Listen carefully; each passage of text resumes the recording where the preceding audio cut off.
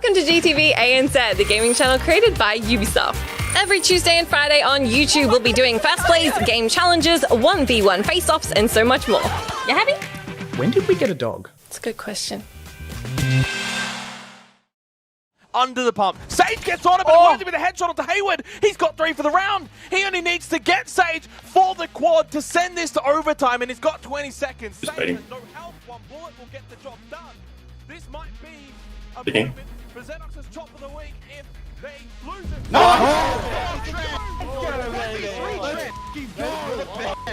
I'm so nuts, dude. Amazing clutch moment that you had in OCN this week. Thank you for coming along and being an interview. Congrats on being MVP. Yeah, thank you. Yeah, no worries. Maybe you can talk me through a little bit what happened in that 1 versus 3 clutch against the Knights. It was pretty simple. I just had to kind of keep my cool, I suppose. I was more just listening to comms and what they were doing. Apart from when like Sajin was like, I thought he was like baiting at the end there as well.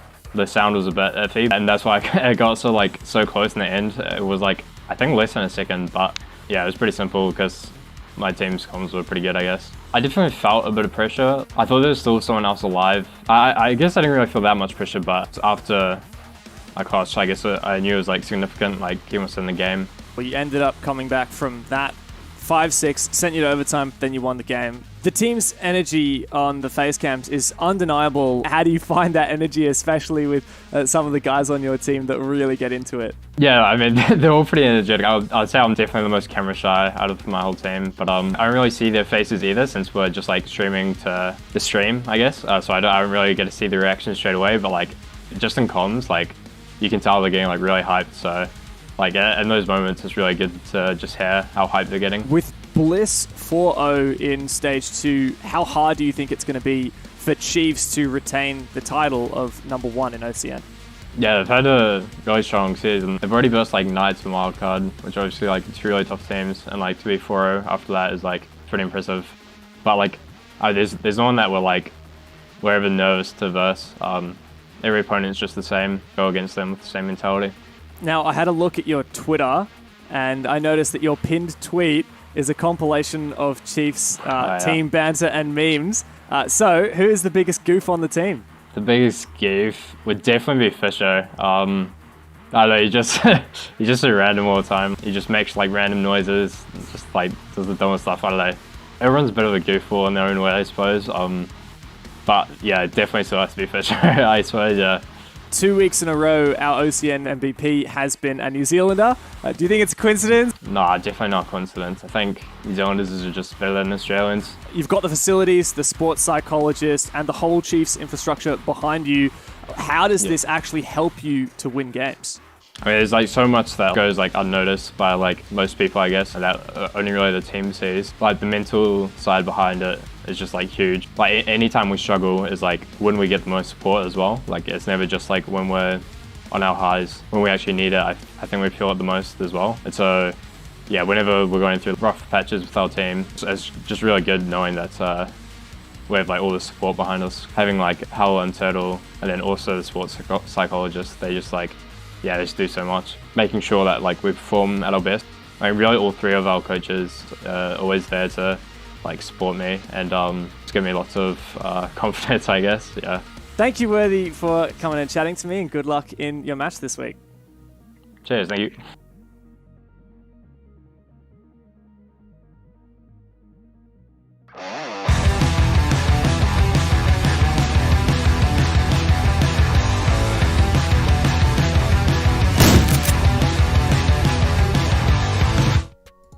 Hello and welcome back to Reload for another episode. We are here, are going to talk about OCN. We're going to digest everything that happened in the last week and talk about what is coming in the future. Joining me is a couple of 8-bit folks. We've got the normal Guzz and Zenox, but I think that you must have eaten Manic Monday because he is not here. We have the one and only Speca. Dude, how you feeling? Gentlemen, very well. How are you all? I'm great. I'm great. Good, mate. Good. Yeah. Thanks for having me on. I know the big man stepped on out, so hopefully I can fill in the shoes. I might have had to make him. I might have made him go MIA on possible. I did want to be here, so sorry. It might happen. I might take his job. Good. Look, honestly, I'd be down to cast a few and might actually get to do some No. play-by-play again. Imagine Speca on the color casting analysis. That is something I would pay to see. Some insight. Before we get too deep into it, I'll just give everyone an outline of what we got today. So we're going to be chatting to Speca. We've got some giveaways, also exclamation mark giveaway in the chat for more info on that. We still got some R6 credit packs left over, which we're going to give to you guys. Make sure that you type the keyword in the chat. I'm just going to double check, but I'm pretty sure I made the keyword "Let's go Speca!" exclamation mark. So make sure you type "Let's go Speca!" exclamation mark in the chat for your chance to win the giveaway. Yeah, that's basically it. We're going to be going through the topics as you see on the side, and yeah, giveaways at the end. So to kick it off, Speca, my dude, let's just pretend for a minute that everyone in the chat doesn't know who you are and worship the ground you walk, and let's pretend that they're new viewers. Can you give us the lowdown? Who are you? Where'd you come from? And what do you do? Yeah, right. Well, my name's Speca, or Ryan. I kind of just work here, I suppose, is my thing. Not here on the channel, but in Siege, I suppose. I play for Team Order. I started, I guess, competitive gaming in amateur level Counter-Strike, and kind of just found my way through to Siege. Played with some mates that I was, good friends with from CS. We made a team, qualified to... I think it was the Pro League qualifier at the time. We beat Control Esports, and I got an offer to join. Yeah, Raven's team. So we've got some old blood back on there. We denied Raven the opportunity, but he came on back. I think the next season to get on in. Or maybe no, they got in at the same time actually. No, they did, right? I think. You're testing my knowledge right here, mate. Cause our team disbanded because I got an offer from Darksided, pretty much. I joined Darksided. Because I was like, well, that's a pretty good offer because I saw them as a top 2 team at the time.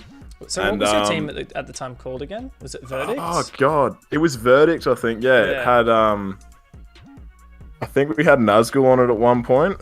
We had Crescent. Who hasn't? We had Zen, and we had Disco, who both now play Valorant professionally, I believe. I remember that team. So, Good times, dude. Yeah, no, so that was some old history, and then pretty much just joined Darksided from there. Played with them until I got an offer to join Fnatic. I was on Fnatic for a little bit here and there, mainly on the bench, and then pretty much took a hiatus from gaming, and then came back to play with Akami at the time, which was formerly Darksided. God, there's a bit of lore, isn't there? With team name changes, it's hard to keep up with.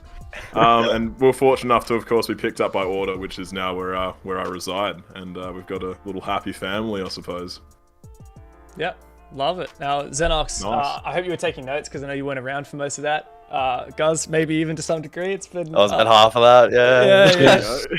Caught I up. didn't realize there's a surprise test after that. Jeez.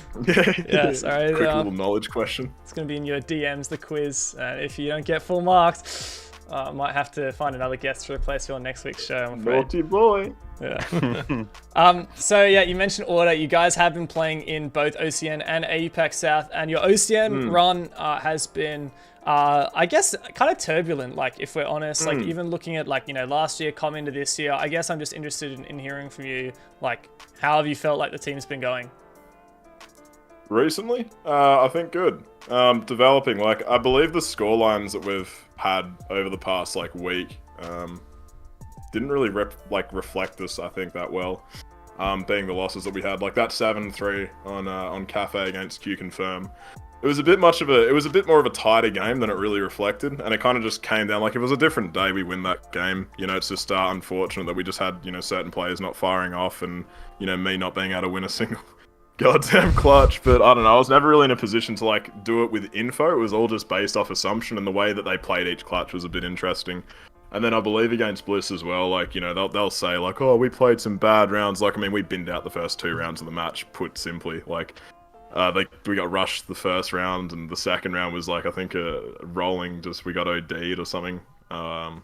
So it wasn't great, so I think it's a pretty, lame thing to say. It's we could have played better. It's yeah, well, no shit. Anyone can play better at Siege. It's a random game. Things don't happen the way you predict it to, right? But no, I think the team's developing at, pretty nice rate. People are starting to, I guess, start to understand responsibilities and stuff a little bit more. But still, we need to kind of focus up. We still have a lot, so we're a really, strong early round team. But I guess kind of deciding on an objective to actually push into, I suppose, at the end, where it's all right, we're going for, let's say we're attacking Villa, AVG.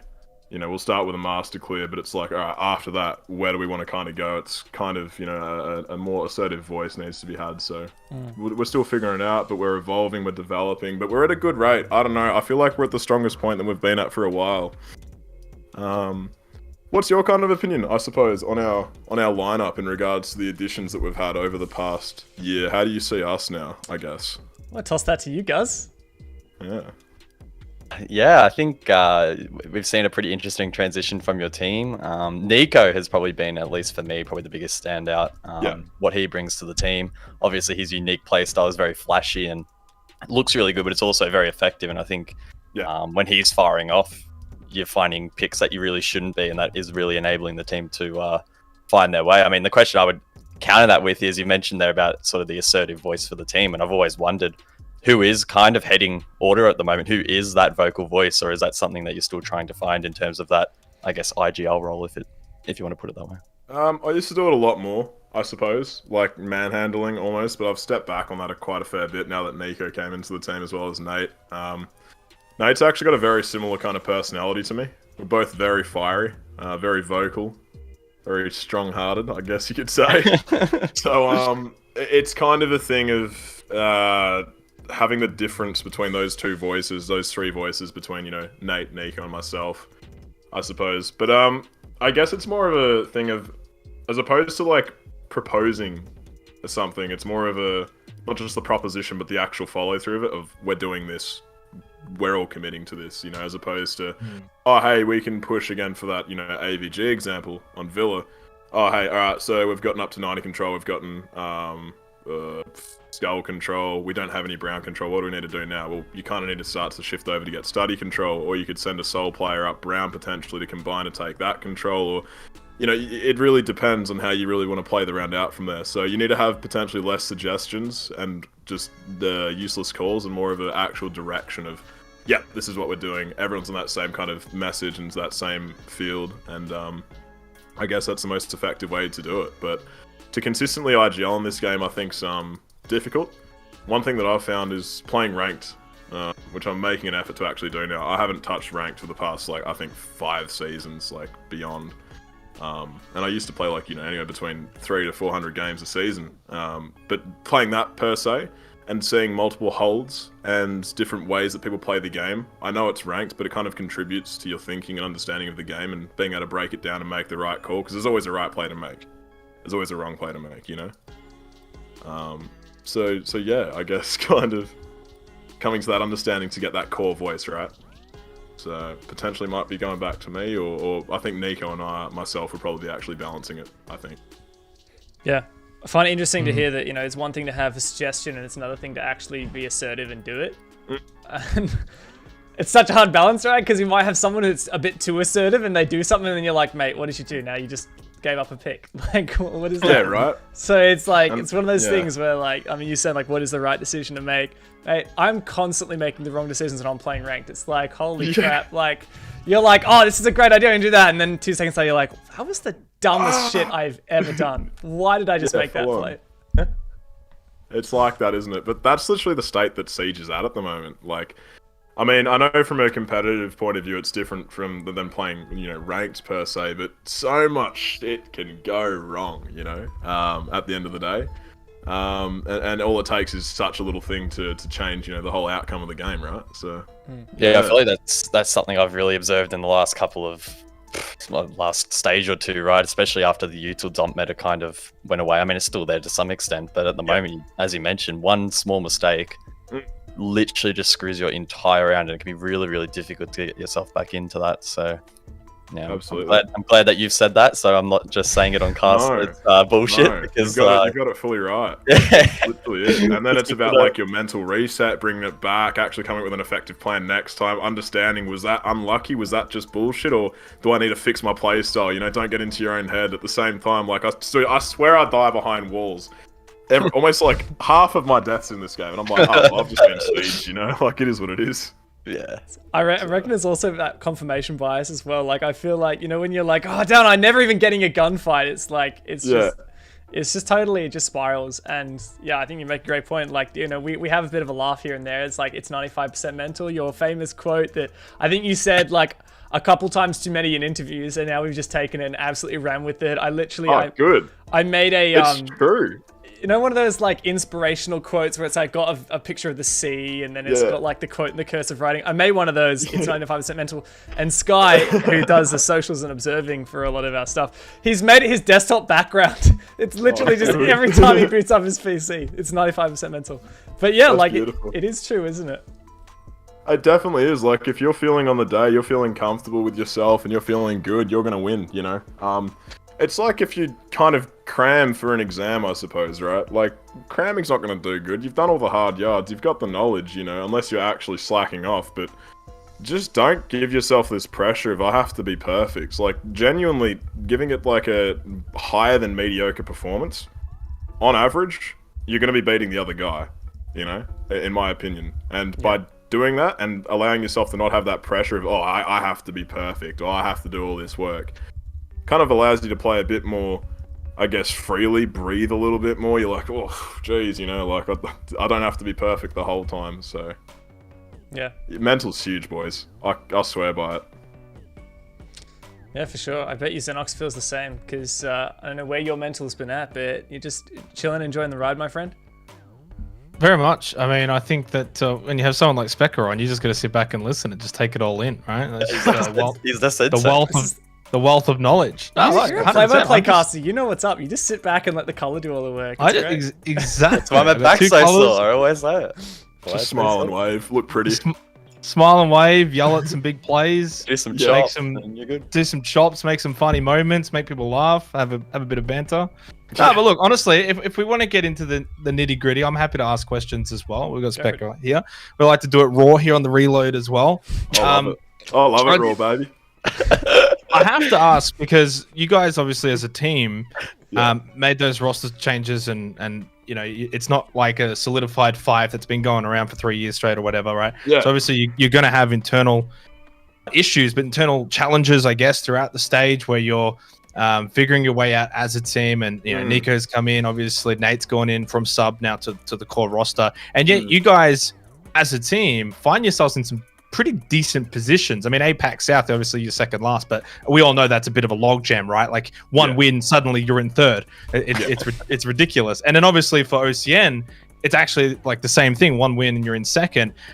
Do you find yourselves as a team collectively knowing, hey, we're probably, I don't know, third best team, fourth best team, second best team, or do you find yourselves behind the pack but ever so slightly? And does that really as a team give you guys confidence, like, hey, we've had all of these roster changes and yet we're not that far behind those teams that are maybe 1 or 2 positions above us? I have example, Chiefs, Knights, 2 teams that have had success, we'll say, you know, in the last 6 months, for instance, whether that be OCN or whether that be APAC South, and yet I don't consider you guys as a talented team of 5 that far behind them. Yeah, no, I mean, I completely agree. I don't know. I kind of give myself heaps of anxiety if I start comparing myself as a number, so I tend to not do it. I've done it in the past, and it kind of clouds your judgment, I suppose, if you let it. And so I don't know. I genuinely think, but as you said, look at how contested this league is. So I don't see us as a top 4 team. I don't see us as a bottom 2 team. I see us as just a team that's competing in this league, and I see my team as a fucking strong team. Sorry to swear, but like, you know, it's developing at a rate that I'm really genuinely now happy with. And it's at the point. Well, I just got deep fried. It's like trying to censor you. Like that's what one F-bomb too many. He's out. Jesus. Oh my god. But yeah, so it's like, I don't know, it's nice to see these players like Nate develop up and, you know, Cutie kind of come into his, or Bailey rather, come into his stride. And it's kind of a bit, I guess, inspirational to me, where it's like, okay, now I've got to really lift the work. And that's, you know, for example, me putting in work with ranks per se, but to, you know, work on individual skill and all that. But I think in that overall scheme, and this comparison of, looking at us, I see every team in Australia is like, they're all equal. It's literally on the day. Like, I think Chiefs went through a honeymoon period, and that's, you know, you can call me biased, you can say whatever, but I think when you have new players come on, you'll have this rapid growth and development, and I don't think we actually went through that. We were kind of starting to develop through that now, and we're having a steady kind of growth, but we didn't have an intense honeymoon period where it was just bliss, you know, and it was sweet. But I think like Chiefs per se had Fisho come on, and that man is just an absolute brainiac. You know, like you'll play ranked with that guy, and he'll just fill all these little roles and all these little gaps. He'll have pre-placed drones. He'll be on those drones. He'll be finding you. Like I know in the match that we had against them, he had some pretty good pre-plays that droned me out, and I was slack in regards to being aware for that. And you know, I got my ass kicked in a few rounds because of that. Good question, because you brought him up just there, and I know it takes away from my original question, but I really want to talk to you about this because you know you are a player, you know more than me. A bit of a debate that we've had, well, more so me behind the scenes, and this is obviously not to bang on Fisho. I'm wearing the Chiefs jersey, right? Like I love the Chiefs, I love them all. But he is struggling a little bit in terms of the stats, right? Now, to give you context, because you might not know the numbers, Speca, in APAC South, we're talking here more so than OCN. I know this is an OCN sort of product, but minus 27 on KD, minus 9 on entry, which doesn't matter because he's a support player and hard reach and all that. But in a way, from a player's perspective, is there a limit to that where you do say, right, even though you're playing that sort of support role, those sort of numbers like minus 27 on the KD, 0.59 player rating, is that where you're sort of like, doesn't really matter because we like what you're doing outside of the numbers? Or do you say, hey, like that's getting in the red a little bit? I think it's really jurisdicting on, I guess, how you see him in, I guess that team sense, right? Like, I've just heard a lot, like, you know, Nico's good mates with Fisho, and I'd take Nico's opinion pretty highly. And I've also, you know, spoken to Fisho on a few occasions and played with him again. So I've got a level of respect for the man. But like, you know, I think you start looking at the team surrounding it in regards to, okay, this guy's obviously a strong support player, but how are the other aspects of the team? And is he overcompensating to the point where he's creating a burden on himself that prevents him from doing what he truly needs to do? Is he over supporting in regards to he's always on drones, he's literally not taking any gunfights at all because there's not anyone else on that team that's fully capable of doing that at the moment? I don't really know how Chiefs' internal structure works outside of, like, you know, the core kind of roles. I don't really know who their integral voices would be. I assume it would be, again, Fisho kind of. I think Didge would be kind of a hype man, keeping them up in center. I think, you know, Worthy just, I don't know if he does his own thing or if he just helps shred the... I don't know these specific intricacies, so it's kind of hard to say. If we take away the Fisho guy aspect of it, right, because I'm not really talking about it as Fisho guy per se, because I mean, we all know how talented he is, and players are going to have, you know, dry spells, or they're going to have little patches of form. But if you take away the name of it and you look at it as support player, say struggling a little bit in terms of KD, does it really matter at the end of the day? Not really, no. I mean, look at me on the first stage. I think I had bin stats, dude. I had like one of the worst seasons I think I've ever had, if not my worst. And that's because, you know, I was in a different headspace. I was not having my priorities in the right space. I was having too much in other life, you know, come up to prevent me actually like focusing on what I need to do, which is now Siege, you know, and I've kind of realigned myself with that per se. So I don't, whereas like, you know, I still see myself as a phenomenally strong player when I want to be. Like, absolutely I have my moments, but now that I've started to realize that I don't have to be so much of a hero on this team, you know, when I come into form and when the team's all into form, it's a really strong structured unit. So individually I might not be popping off as much, but I've had to separate that away because it's like, yeah, that's cool and all, but, you know, is that a consistent way of winning, or are we just winning with me just crouching through and getting, you know, random kills and these odd, you know, just me winning my ones on the day, right? So it's a tough one, right? But like, whereas you've got me this season where I'm a bit more stable. Just I'm giving you a comparison in regards to, like, you know, going from trash stuff to now something that's not great, but, you know, it's developing still. So I think Fisho's potentially still yet to not find his stride in that team because he's had heaps of impacts. But in regards to talking like statistically, potentially you'd have to look at those other teammates, I would say, to the point where, yeah, is he overcompensating? Does he have like a secondary support, you know? I do feel like so often people talk about like, oh, this player's playing really well or this player's playing really badly. And I think that often the conversation leads from that. It's like, oh, this person should either get picked up by a better team or this person should get the boot for someone else. Like that's where the conversation tends to go, right?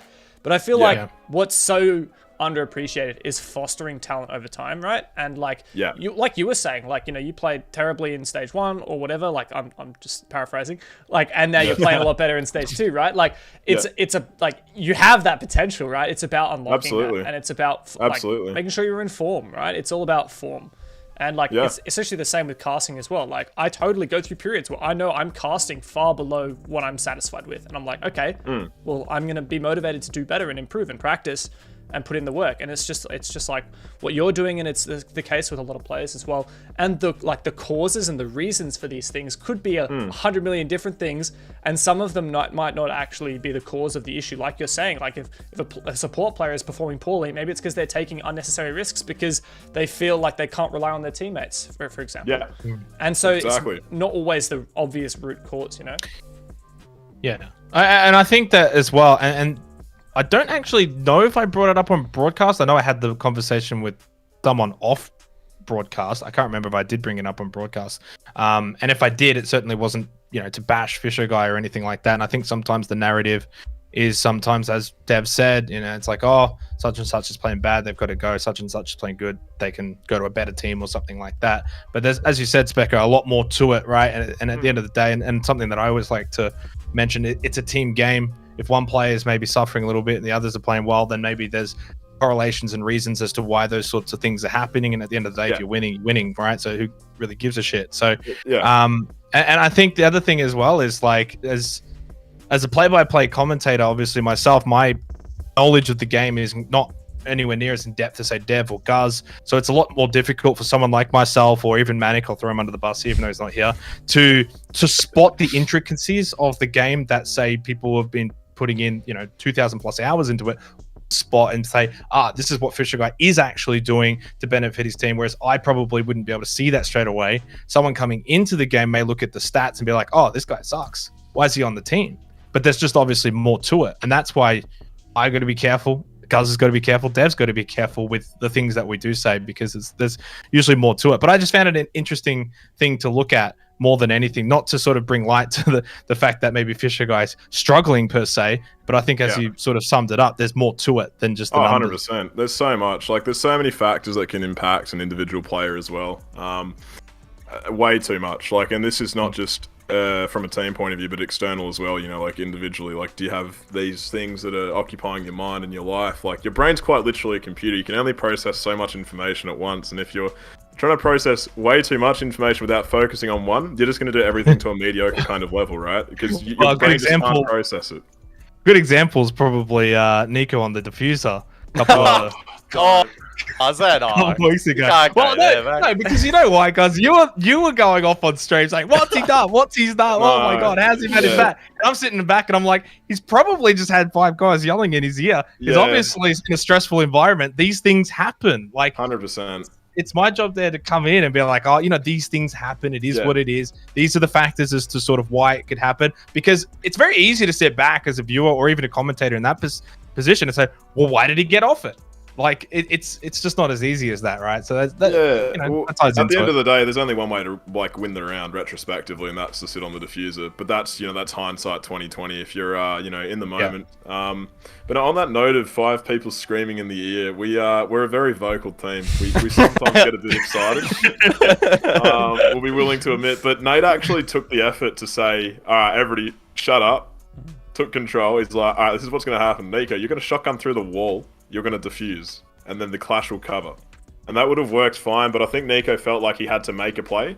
So again, that's that situation of, do I need to make a play, or do I just do what I've been told and see how it plays out? Like, do I have to make this hero play and get the epic fucking, C4 kill and go into the plan? Or, the 180, can I just stick this defuse through the wall? But, it's a thing where you look back and you're like, it's nothing you can hold a grudge against or anything. It's just like, well, man, like, it's best of one siege at the end of the day. You're playing on high ping, like, for at least the South League, and for that specific league, then it's like, I guess it was intense. Like, I don't know. There's a lot that can go on. So it's not really worth hanging yourself over. It's like, getting caught up on it rather, where it's like, oh, geez, like, I messed that up. I messed up that diffuser. Or, I ran over the diffuser and it didn't pick up, something like that. That's buggy, by the way. That is bad. But I think we've seen that a couple of times this stage, I think, in both broadcasts. Just one last one, Dev, because I know we're going to get to OCM recap. This is not myself, but WhiteWolf4756 in Twitch chat asks a very, very good question about the impact, of course, of playing 2 leagues at once. And the impact onto the squad. So your thoughts on that? Yeah, well, it's a lot to do, honestly. I don't actually like it at all. No offense. I love OCN. I love what it is, but I really, really dislike that we have to play 2 leagues at once. Last season, we were playing 3 officials a week. I mean, this is again, I'm making it personal, and this is a me problem, not a team problem. But I guess it leaks onto a team problem. And again, like, I could just not put myself in this situation. But it's because of who I am. I need to do more. But I was also studying at TAFE at the time, and I was doing 7 units as a workload, so I was having a lot of TAFE assignments due. And this is for graphic design, which is a pretty practical kind of industry with full folios and all that jazz. So doing that up on top of gaming 3 officials a week. Split over, the 2 leagues. On top of that, trying to scrim, it kind of affects you a bit mentally, Like, think about if you look and apply it to other sports, like football, or AFL per se, rather. They play one official match a week, I get that it's a different league and that's a bigger game and all that jazz, but like 2 matches a week, it's starting to get a little bit much, I think, specifically with the 2 leagues as well, because the main issue that I have with the 2 leagues is the various play styles, and I think I brought this up in an interview once before, but we were practicing a lot against Japanese and Korean teams once upon a time, relatively recently, actually, so it's not really once upon a time, I guess, just the other week.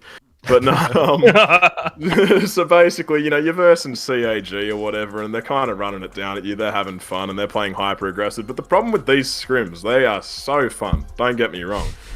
But the round is over before you're on the side. You're either winning or you're losing in the first 45 seconds, and you know exactly how it's playing out. Whereas Australian teams, and specifically some teams in the South League too, also like to play a util dump, or they like to play it slower. So we didn't really practice against that, and that kind of shot us in the foot, I suppose. But going between the 2 leagues, Australian teams play different to South teams, and on top of that, the teams that just play in OCM per se. Let's use Bliss as example, who've had a pretty decent season. Let's all admit. They've got 1 league to focus on, and I'm not making excuses here or anything like that. But not to say that we have bigger fish to fry. We want to win every league, but we just want to make playoffs for OCN, right? Winning would you consider it? Well, just to add on to it, but would you consider, I don't know if you're a soccer fan, football fan, Yeah. but it's kind of like a top 4 team getting into the Champions League, right? And the next season, they're in the Champions League and they're in the Premier League. It's kind of the same thing, right? Yeah, it's a lot to do, to be honest. And to kind of... I mean, we were trying to use OCN as like a means of... Not practice. Well, I guess practice in a sense, where it's like, play a bit more official loose, scrims. have a bit more... Yeah, pretty much. Official scrims is a way of putting it. Where, of course, we want to win and we're trying our hardest, but try to have a bit more fun with it. Try to be a bit more experimental. But in saying that, every game that you play, like, you should be just knowing what experiments work through your practice and then applying that and just playing a loose kind of fluid game, I suppose, is the most effective way. But it's a lot to do to bring back to the original question, sorry. I reckon 1 a week would be different. Specifically, you have a whole week to focus on a specific team, right? Like, alright, so we're prepping up, let's say we're versing Bliss once again. Alright, we want to take Bliss to Oregon, so, well, let's say hypothetically we did. I'm not going to say we did or we didn't want to play Oregon. Don't mind Oregon. It's a good map. It's pretty comfy. But You are the best at Oregon, so... yeah, look, I mean, once upon a time, we're pretty strong on it still. But I think it needs a bit of a facelift for us, potentially. I think you still got strats that we used back way. Anyway. Yeah, I don't know. So, you'd have a bit of time to actually research that and prepare for that specific matchup, right? Whereas us, we're like, alright, APAC South, we're not doing as well as we'd like to and that, so we have to, of course, dedicate a lot of time into that, and then that kind of leaks into OCN. So it's kind of like OCN isn't like a primary route for us, it's more of like a trickled off, where it's like we wouldn't create potentially new strats for OCN yet. In playoffs, absolutely. But for BO1s, not really interested, like you just make playoffs and you win your BO3s and you have fun, and then when LANs are back, then all the boys are happy and we get to be back where we were in Australia and having heaps of fun, I suppose. Yeah, for sure, dude. It's no doubt challenging, but let's dig in deeper into OCN. We got some highlights from the previous playday, and then we're gonna go through each game 1 by 1. So let's do that.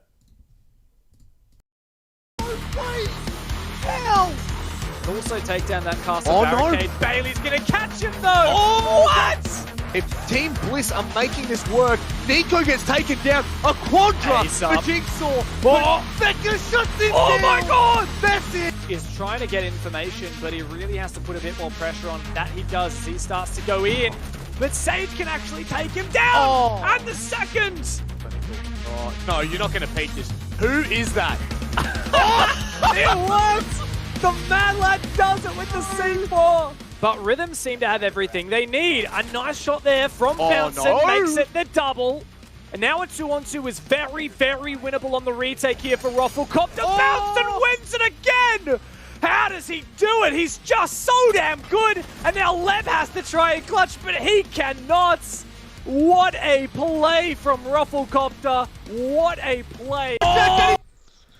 I absolutely love that. Jack Daddy! Look, guys, you were saying they step it up every week with that. The production Yeah, the zooming in replay. on the eyes and the mouth. How good is that? Yeah, ESL Australia, shout outs to the boys. Production team do a very, very good job. That keeps us honest. So, yeah, keep up the good stuff. Old Brendan, the mad lad, In particular, our producer. in particular because me and Manic really threw production under the bus this week when they turned on the like victory music on that round where you clutched Speca in the 1v2. It was like, I swear that's a bit of a recurring thing. It's a bit of a stitch up at this point. I reckon it's just a running joke, right? Like, keep it going, boys. honestly, it just, me and Rob, like, we could not keep our composure. We're like hyping you up, but also like just absolutely losing our shit. Yeah, no, it could not have been more entertaining. But yeah, like let's talk games. So firstly, look, a game that you probably don't really need to say a lot about. Yes. Yeah, Rhythm versus Rufflecopter. So like, I'm sure you were busy warming up for your Did game, Rhythm Speca. actually play that much? No, I mean, I don't know. Yeah. They I did saw get a few around, rounds. so they I did get saw around. like 2 rounds, dude, and I just seen like Rufflecopter just walking into sight and Rhythm not even looking at them, I swear. And I don't mean any BM, but like I literally seen bouncing balls crouch walk through oil. And there's 2 people on Gen not looking at him. I think What? it's very disappointing to see because I think Rhythm's a team where it's easy to look at them at the bottom of the standings and say that they're the outlier, they're the odd one out compared to everyone else. When you actually look back at stage 1, they had a actually kind of half decent season. They had quite a lot of OT wins. They were in a lot of their matches. They were picking up rounds. They were competitive. But now you look at their last 2 games, 2-7 to Bliss, 1-7 to Rufflecopter, and you start to think, have the wheels maybe fallen off here? Or is it, it feels like it's getting worse, which is not ideal. Obviously, like, improvement's not always linear, so you can have these moments where you do backtrack a little bit before you eventually make that rise back up. But I'm struggling to see the light at the end of the tunnel. There's some good players, there's some good talent, but collectively as a team, it's just not syncing up. Pretty much, like, I wouldn't say they're an awful team. Like, as you said, stage 1 they had an okay showing, but it's kind of like, is the team out of gas? Like, I don't really know what the bottom end of the spectrum's like as far as team morale goes and all that.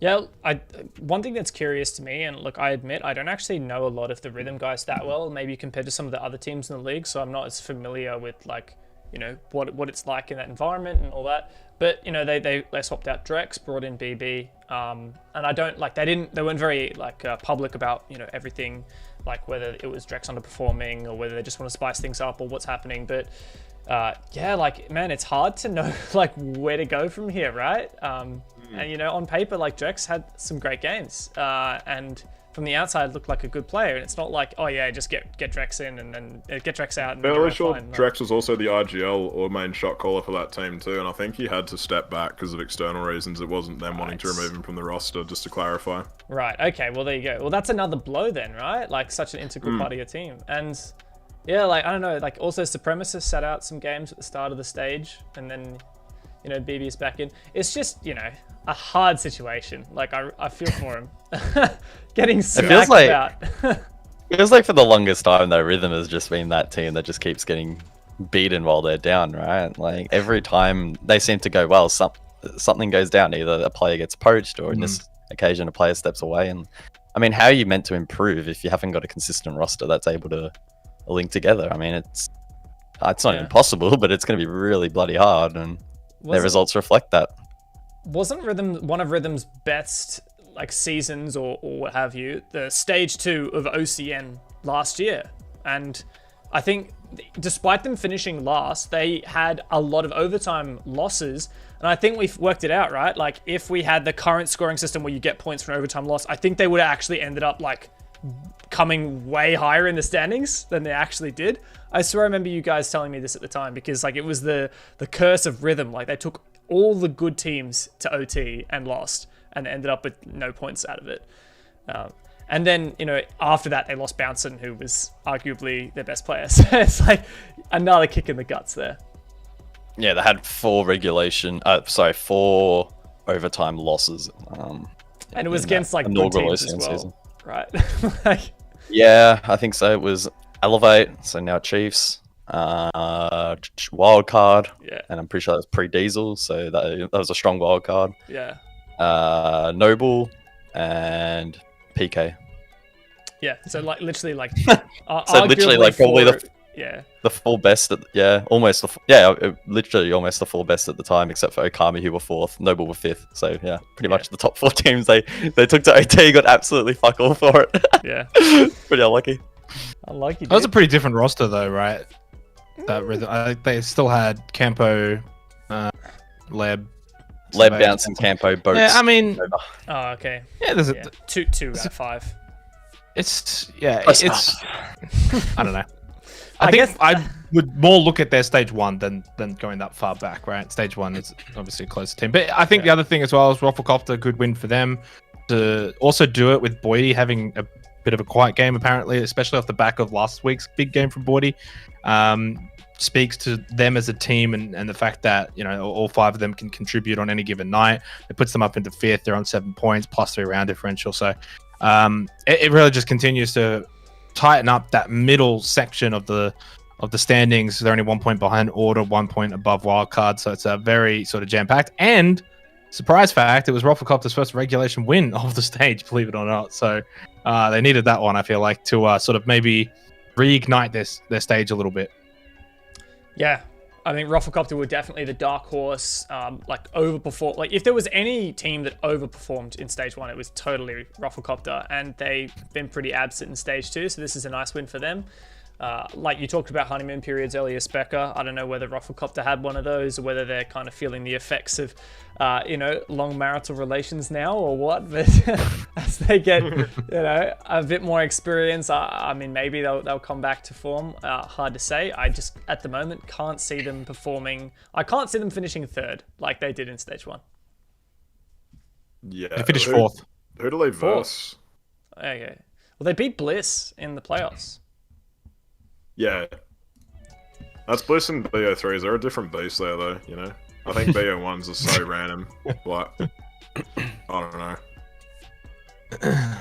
Yep. I mean, they did more than that. They beat, obviously, they had a good Order run, as well. Yeah, Order they beat into Bliss. They took 1 map off the eventual champions, Chiefs, as well. They had a bit of a fairy tale run in the gauntlet, and they had a pretty good season, +5 round differential. But I think without taking the gloss off the team, that stage 1, it was a very clear top 5, bottom 3, right? LFO was struggling. They picked up 1 win, 5 losses, all of them regulation losses. Wildcard, as we know, don't need to go into that one. And then obviously Rhythm only had the 7 points. So it was a very clear top 5. They ended up same points as Order. The only difference was they had the round different. Well, they beat them, I'm assuming, at some point. So the point I'm trying to make is very different stage to what we've got now, where I think things are a little bit differently. We can probably move on now as well. Let's be real. Better games to look at. Speaking of Wildcard Chiefs, this game should not have gone to overtime. This was such a funny game.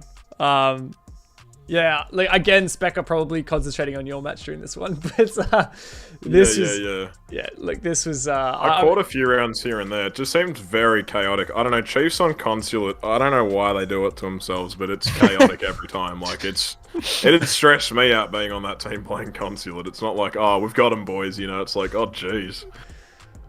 That's legit what like Guzz and Zenox are saying like every single play down. I saw Raven as well. Like every single time we see Chiefs go there, it's like, why? Yeah, it's hit and miss. But like, I mean, look, you've got look at how the stats are shared out here. I mean, but you're kind of seeing that as a trend at the moment in some teams where you'd have like, you know, pretty much like 2 players pop off or 3 players kind of split the frags evenly. Very rarely will you see like, you know, real like just, I mean, Worthy there's got a massive gap between Gold Legion, but like, he's, you know, that shows... he's got to be one of the most informed players at the moment, right? Yeah, he does really well for himself. He's very sharp and he's pretty switched on. Yeah, if I was going to say probably like the 2 players that you just can't deny in the league at the moment, probably Worthy and Jigsaw. Like they're the 2 big ones that come to mind. I can't think of anyone that I would put on their level. But yeah, no, I reckon they have moments, but I don't know about like, I don't know if this is an ego thing or anything, but like, I don't really struggle in Angels. It's more of a positioning thing, like with how Siege is as well. I don't know. You have players that definitely shine, and there are definitely players that are better than others in this league. But I think towards the top region, like of the whole, I guess ladder. I don't know. I feel like all the players are relatively equal. Of course, you have like you see Jigsaw and Worthy, and they're pretty mechanically gifted. And you'll have people that are sharper than others, but it kind of balances out. You know, like we've got Bailey's not real super duper sharp, but he gets kills like pretty often. I've disappeared into the void again. Oh my god. I feel like this is some graphic art that you could be submitting in your portfolio. 100%. But yeah, no, totally agree. And like, had a chat to Bailey a couple of weeks ago when he was MVP, and like that is literally exactly what he said. He said, "I'm not the sharpest aimer in there, but like I'll use my brain to get kills, my positioning," and you totally see that. It's a really weird place.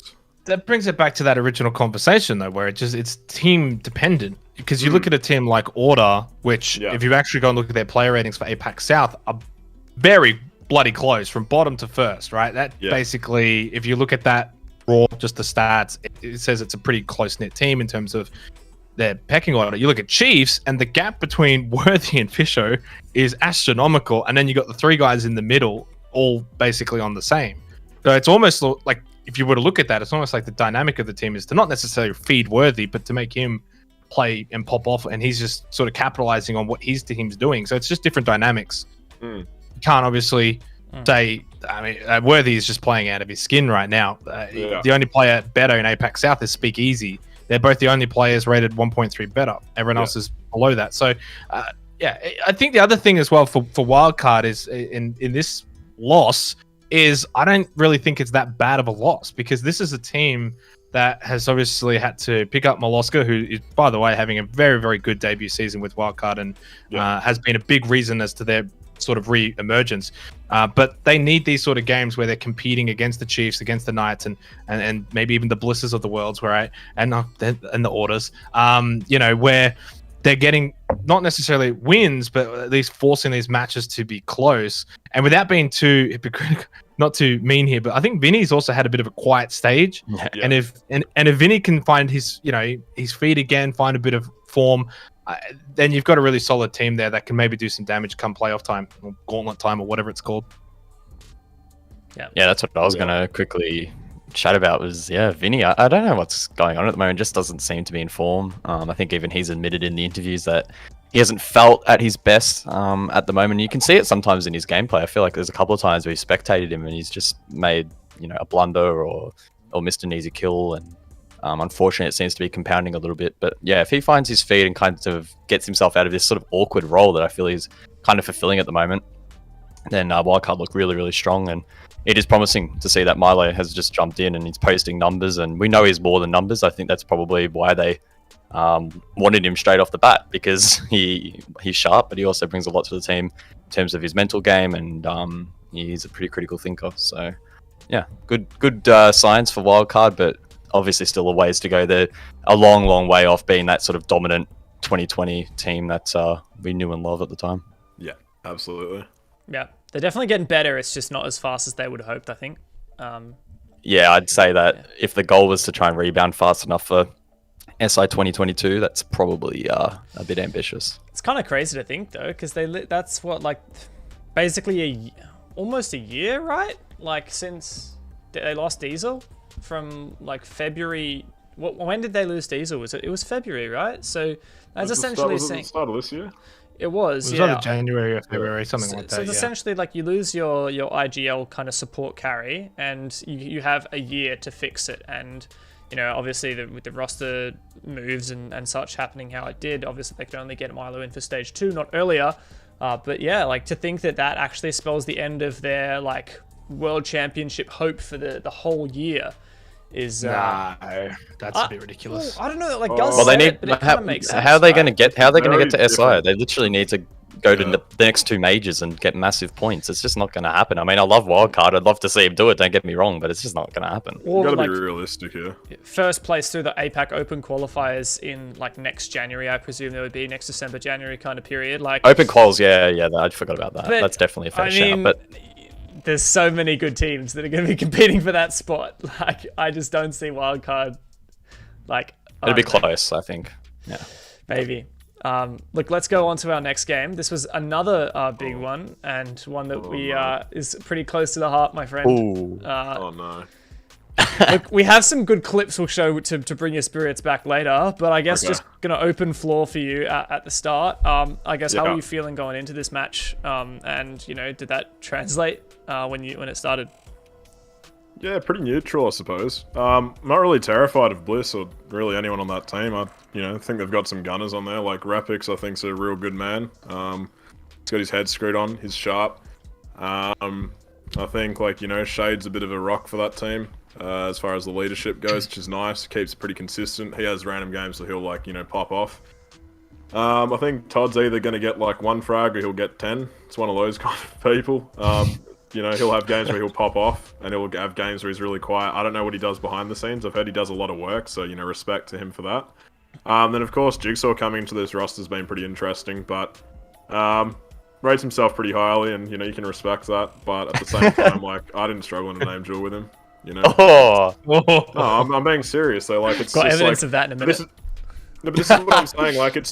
It's not like, yeah, these players are sharp and yeah, these players excel, but it's a team game at the end of the day. And I'd put myself still as I'm relatively sharp. Sure, this guy might, be playing the game a lot and be putting in time and developing. And I have, absolute respect for him. That's good to see. And that's why this team's, of course, gotten these results. They've brought in a stronger, Fragger. And he and Rapix, when they go off together, and then, you have someone like, as I said, Shade or Todd, or potentially Oda, just one of those people popping off. Look at how their, kind of teams played out there. It's a bit of a kind of top-heavy, whereas we've got more of a consistent disparity. I had a real quiet early game. Jack kind of had, he could have won. I think there was a clutch that he could have won.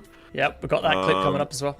It was a pretty tight game. It was pretty contested, but we came into it pretty neutral. We're not concerned, we're not scared, we're not thinking, oh, these guys are unbeaten. It's just it's Siege BO1s. Let's go play it and see how it happens, Just so I didn't mishear you, so you think Blizzard are top heavy when it comes to their team? I wouldn't say so right now. It's a pretty even disparity still, right? But at the same time, it's got 3 than 2. Yeah. No, I mean, you see these support players typically not fragging a lot now, which is, pretty fun, pretty fair enough, because they're usually either droning or they're on cutoffs, right?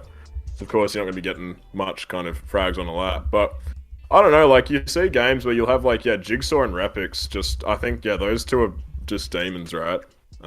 So if they both pop off and then there's just one more to kind of accommodate that team's, they'll win a few games. Not really terrified of them, though. I'm looking forward to versing them in playoffs when it comes to it. But no, it was a fun match. We could have done, again, things differently. We caked a 5v3 and we had a lack of intel and poor positioning pretty much was a lead to that. And I had the team say, oh, we got kind of unlucky. And I'm like, yeah, well, positioning was kind of shit. You can avoid this by just having better positioning and having these kind of angles. So it's that readjustment to us of, I guess, more of a middle round, where it's all right, let's let them make the play. Let's just, take the foot off their neck and let them breathe for a little sec and, see how they reposition, instead of, this constant kind of pressure and aggression. So it was kind of our loss there, but at the same time, Bliss played a good game and, you can only respect that, I suppose, right? But I don't know. This game could have literally gone either way. I never felt like we were losing it, it was always it was unfortunate we'd been out the first 2 rounds, as I said. But, yeah, I don't know. It is what it is, Yeah. Let's see. I mean, To me, it looks like I obviously didn't really watch the game because I was busy. I was out, but It's a good job, mate. What are you doing? Jesus, dude. I didn't know. I wasn't scheduled for that night. Okay, so I'm living my life. Background research, Zenox. Come on. But from the looks of it, it did look like it was pretty back and forth. Yeah. Between these two teams, which honestly I think is a good sign for both teams. Yeah. Right. Like without being Mr. Positive over here or anything like that, I think when you look at Team Bliss, if there's any doubters out there, which I find staggering at this point if there are, because they're like, well, they haven't lost a game. So there's 2 play days to go. So you got to give them the respect where it's due. But also, this was the first time that they had to go to OT to get that win. All right. So that's full credit to Order, a team that has had those consistency issues sometimes with getting up maybe for these sort of games. Like originally when I looked at this, I actually penned this down as another regulation win for Bliss. Look, they just get the job done. But also at the same time, I was like, which order's going to show up, right? The one that's going to be able to contend or the one that didn't? And I think the one that is able to contend did show up. In this case, didn't quite get the chockies, but you play a couple of rounds differently and they do get the chockies. And I think at the end of the day, that's like not a bad thing if you're Order. You look at that and think, oh, we can bang with these guys. Come playoff time, we can beat them, fix a few things. No worries. And that's pretty much where Order need to be at to finish off the season. You got rhythm. Can't take them lightly. Go in, get the job done, be respectful, and then you got a big game against Knights. So for Bliss, on the other hand, that's a big win because now you just got to get through Rafflecopter and then you got to go and get through Chiefs. So it's almost similar in a way where I think for Playday 6, both Order, Bliss should be able to get their job done, and then some big games. Playday 7 is spicy, but I think for Bliss, I did say that they would go 7 and zip. Technically, that's not going to happen if we want to go through the OT side of things, but they can still. Technically, and you have taken the first point away from Bliss. That is, I actually watching the game and even back like going into it, I was just convinced. I had this spidey sense that there's no way that Bliss go flawless this season. I thought Bliss were going to lose to you guys. Very, very close. Especially once I saw you guys push overtime. I just thought. Did you tip them? I didn't, but I swear, I literally never remember who I put for the snowball predictions. Like we do a prediction with like me, Raven, and the other UB guys, and I put Order down for that. Unfortunately, let Raven win that one. He's hedging his bets here. Yeah, but no, come on. Like I definitely thought that you guys, like you said, Speca, like you didn't play poorly. I don't think you have a reason to be, scared of Bliss. Like, they're in scary form right now. And they're clearly like kind of riding a high, riding a momentum. Bit of a, like you could say again, honeymoon phase of having Jigsaw on board as well. I think they're totally just like it's fitted in perfectly. But I am convinced, and I know Oda hangs around in chat, and I love him, but I'm convinced that it's not going to last forever. I'm not saying that Bliss won't be a really strong top 4 team, maybe top 2 team, maybe top 1 team, but like I don't think that they're just like the dominating force that the scoreboard makes them look. You won't see this form again from Bliss, I don't think. I think this is a massive honeymoon, and I think they're just riding a massive high at the moment. And to say otherwise, I think is a bit cocky. I think people may have underestimated or not come into it prepared. But, I mean, it's a mix of Bliss just being in form, I suppose. As well as I think they're putting in some hard work, so you can't discredit them. But, again, is this honeymoon phase that I've spoken about, Well, come playoff time, and this is the question for you, Speca, because it goes back to that original conversation about 2 leagues. Obviously, come playoff time, there's that little gap. I don't know what the gap is. I don't know how many days off, but it's a little bit different than, say, the regular season. Let's say, you look at Chiefs, Knights, Order, these are your APAC South teams. Come playoff time versus Team Bliss, now their attention maybe increases a little bit more towards Bliss or increases a little bit more towards the OCM product. Would you agree with that, or do you think it's still the same? Well, it's what I was saying earlier, right? Where it's, okay, now we're not just playing a BO1, we're playing a BO3, and this BO3 is for a playoff position. It's not for just a seasonal, round or 2 points, 3 points, whatever. Yeah, that's it, right? Like it's trivial. As long as you make the playoffs, that's all that matters. If you're at the end, you just have to play more games. Per se, like last season we could have had a fantastic run, but we just fell short and played like shit in our opening match, and it is what it is. And then you saw Ruffle have the same kind of story, right? Or not same story, but the kind of dream story where they almost had that magic run and then it got shut down at the end.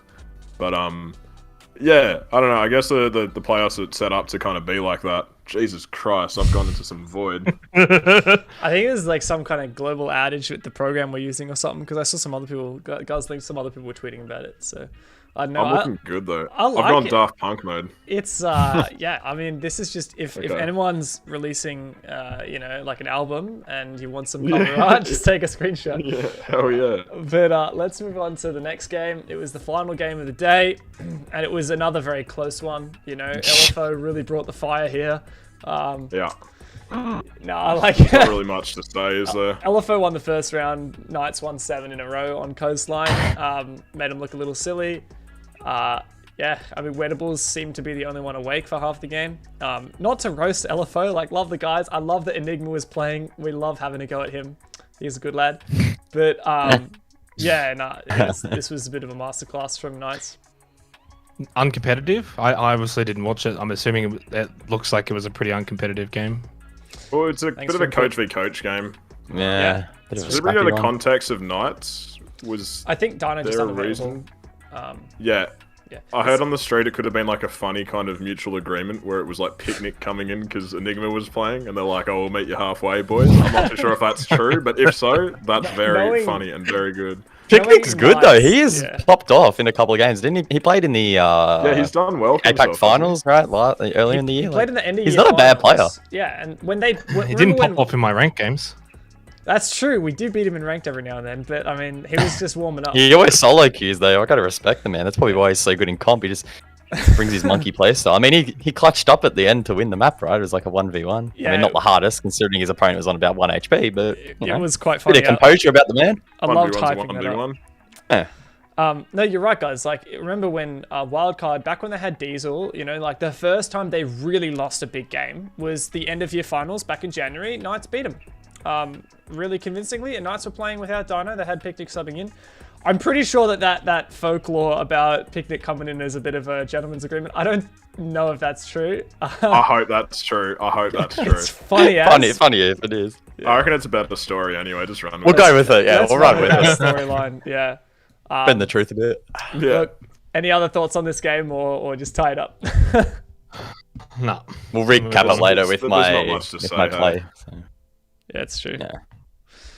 All right. Well, next up, I've got a flop of the week I wanted to highlight. I'm actually trying to remember what this one. Well, I think I know what this one was. So what we'll do is we'll watch this one in full screen, then we'll come back and chat about it and have a laugh. Able to utilize that. Shade's actually gotten himself into pillar Oh, downstairs. nope, Really I early. did it wrong. 1 second. Oh no. Bit of a sheesh moment. Here we go. So far, Oh, able God. to utilize that. Oh, no. Shade's actually gotten himself into pillar downstairs really early on. This is what he tried to do last round when he was peaked early. Information gathering by Bliss so far. They're going to start the Shade. Okay. What? What? How do you win that, man? He drops down the hatch, gets air jabbed, sent through the wall, and takes down Shade anyway. Yeah. Well, that's Able not to- something you see every day, but. You were saying, while we were muted, Speca, you were saying Nico had a bit of a reaction to this one. It was hilarious. He just went off pretty much. Like, I think he was just screaming. He was like, what's happening? What's happening? Bailey was like, oh, bro, you just won't believe what happened. You know, just I love the flying Kiwi on through. Yeah, he just picks it up and he's just like, oh, I got a pick. And I'm like, oh, okay. I guess we'll go back to site and just chill for a bit, you know? How many But, rounds yeah, in it's pretty good. 100 do you see someone get air jabbed through a wall? And how many of those rounds do you see them actually get the kill on the Nomad who placed the air jab? The worst nomading that I've Never. seen recently is probably by me on Consulate against Chiefs. How the mirror got like flung around like a little ping pong ball with like the air jabs that I had in Tellers. Do you remember that on Consulate? I swear that sounds familiar. Yeah. Yeah, no, so that was my flop. That was one of my favorite moments. Actually, I will say, this last play day, we had a lot of funny moments to choose from. So here is one of my favorite impressive moments. And look, I think you might remember this one. The kitchen, there is no chance at all. No. This is absolutely outrageous. From a 3v5, Team Bliss are making this work. Nico gets taken down. A quadra Ace for up. Jigsaw. Oh. But Becca shuts him Oh down. my God! That's it. We're going to overtime. The music comes in! Debated production! Yeah, so, look, Speca, Bit early. big man. I think I look more angry than relieved that I won. Yeah, well, I mean, literally, you were about to lose. So much so that production had their finger on the end music button. We're just really? about to click it, and they actually. Oh, did. you're like 1 HP. Holy shit, that was actually. Yeah, not even close, baby. Did you have info on that first pick in dining? What's the go there? He shot a few bullets through to me. And he okay. just was predictable. Jeez. Just should have fell back to the dining and just played the door. Yeah. I know, like, this is just a very preventable situation. I think you see me get really frustrated because it's like, I mean, I don't mind winning it, but it's like, come on. Like, I think at this point I wasn't doing too great into the game, and then, like, this was, like, one of the okay rounds that I had. But it was like, oh, you know, like, At this point, jeez. yeah, I'll take Pretty late in the game. No, I had a pretty quiet game, dude. Like, honestly, I didn't really do much on the defense side, but defense was odd, to be honest. Yeah, I'm pretty sure. What was the comms like though in this moment? Was it Pretty was chill. it quiet? Let you just do your thing? Yeah, just do my thing. I was just working with Nico. Don't really look at the score. Don't really look at the time. Just kind of just, you know, take it as it is and just try to shoot people. That's pretty much it. Like, and it just worked out, I suppose. But yeah, very preventable from Bliss. Like, if they could have won The that, double like, peak. I mean, neither have had to peak. Like, there's neither literally had no to reason. peak, yeah, or at least like What's that? I don't know, man. There's a lot to do. Like, I think peaking's not awful, but the way of which they peaked was awful. Oh yeah, for sure. Yeah, but Yeah, I a bit think unfortunate. Jigsaw thought he was safe behind the wall, but you just. I think he got a bit horny there for the ace. Yeah, he and, got a bit forced the hand mean of for the player insecurity. 100%. Well, that's the other half of this that I think just makes this even more ridiculous. Is I was so like I said, I was championing you guys. I was like, yeah, Order's gonna win this, and then it was 5v3 for in your favor. You guys are looking to push overtime, and Jigsaw gets 4 kills. And it's like, Yeah. what is that? Was this round? That was this round. This was a 5v3. Oh, right. Wow. Okay. This was a 5v3. Yeah, I think it was in just your a bit of favor. a stagnate. Like, I don't know. We have these weird moments where we'll either, like, you know, not watch like re-aggresses, or we'll over-aggress, or we won't commit enough. Like, it's a fine line. It's a finicky thing. It's something that we're working on and developing. But we really got to stop losing these 5v3s. Hey, it's we've gotten better at it. Yeah, well, It used to be pretty infamous. you fortunately did win at the end, so I mean that's kind of the other half. Yeah, like, yeah. And that is Well, why that's it, right? that is why you single-handedly debated production. So good on you. Yeah. The swindle. Yeah, I felt so bad afterwards because like usually, you know, we typed in the chat with the production guys like, oh, sorry about throwing you under the bus on broadcast, and like no reply, absolute cold-shouldered from them. So I was like, oh shit, No. have I really pissed them off? I really hope not, because Yeah. they can make my life hell so easily. But no, we're all good, all peace and harmony and love in the production room. Good. So I think next one on the agenda is Guzz. You've got your analysis piece. We'll watch that in full screen and then get into it. Roll the clip. If I can find it. One sec. Here we go. That door, you would have to say it's going to be an instant death. They need to put the pressure on him horizontally before they can even think about it, which is exactly what Enigma's going for. He can walk straight in to Sunrise and start to give the information. Ooh, I like the Elemine though. And he actually manages to kill Enigma. Wow, that's not just a little bit of damage. That's a lot of damage from Sage. Really, really well played. That door, you would have to say it's going to be an instant death. They need to put the pressure on him horizontally before they can even think about it. Which Yeah, is so exactly guys, talk it through.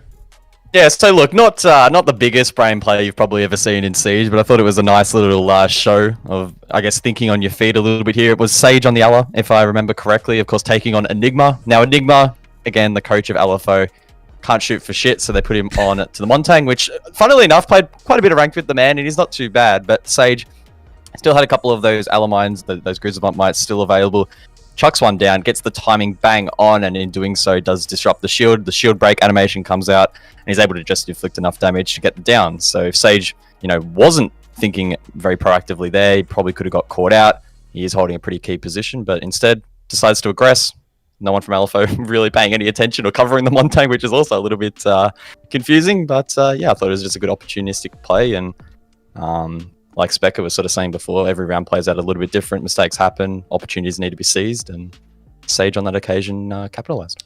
Bit unfortunate that there was no teammate from LFO with the shield. It's a bit of a mind-boggling one there.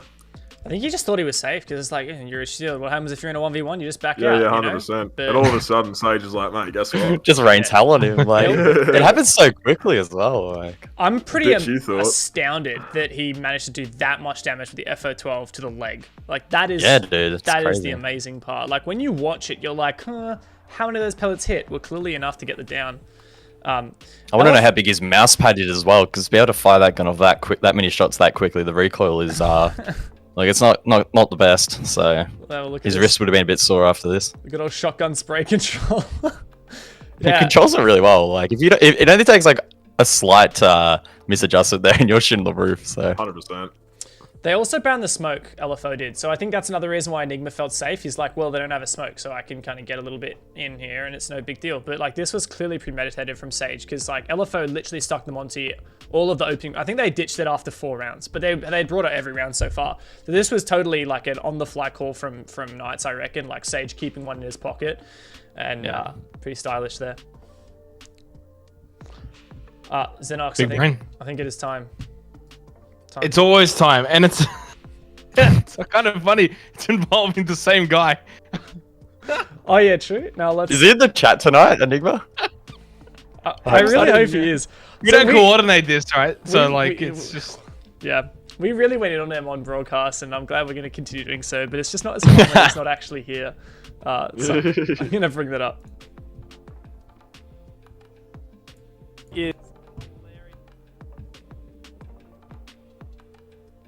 Is hilarious. Oh, he's in a suit! There he is! He's wearing the suit!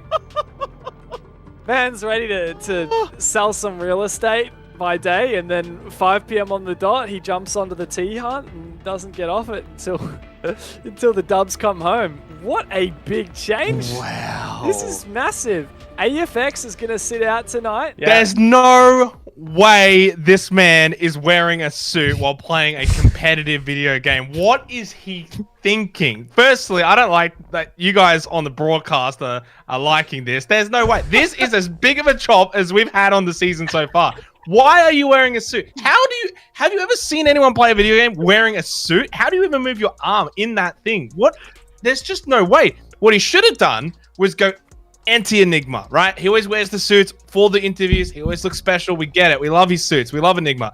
Maybe he should have gone full tennis man. Put on the headband. Put on the tennis shirt. Grab a racket or something. Get stretch your calves in the background. Get ready. Get pumped. You're going into battle. And it looks like he's going into work at 9 o'clock in the morning. Look at him. What's going on? Him have the suit, but just have the sleeves kind of like torn off. So Even that Speca, like going like homeless street man. You know, he's had a bad day. Nah, He's gonna instead take it he out. looks like he's just clocked off from work. He's come home. He said, "Honey, I can't eat dinner yet. Got to go play some Siege with the boys. I got to fill in." And he looks miserable. What is going on? Amp up as well, Enigma. Amp up. Come on. It's not good enough, I mean, honestly. You know for sure that is legit what happened. Like, man's a real estate agent. I'm sure he wears it all day. He's taking off the tie. He should have taken it off. He should have gone bare-chested. There's no rules on OCN. I mean, half the time, Raven's not on the product, but on Apex South, you can see all of his chest hairs, all 1,000. Coming from you, mate. You were showing a bit last week. I wouldn't start that chat. There's nothing wrong with it, and that's what I want to see from the man. Look, I'm sure that's him, one and done. He gets his one opportunity, and I don't know what else to say, but next time I expect more from you, Enigma. In fact, I expect more from all the players, including you, Speca. Let's get some dress-ups. Let's do something better here. Me? Everyone looks boring. No, I'm joking. What do I Not have to do? Speca. Speca honestly, the order gear. He reps The the order gear. exception, He does it, right? because all we see is your head anyway. Like, there's nothing else. You're just a floating head. I know. I played too close. I've got a monitor 10 at this point, gentlemen.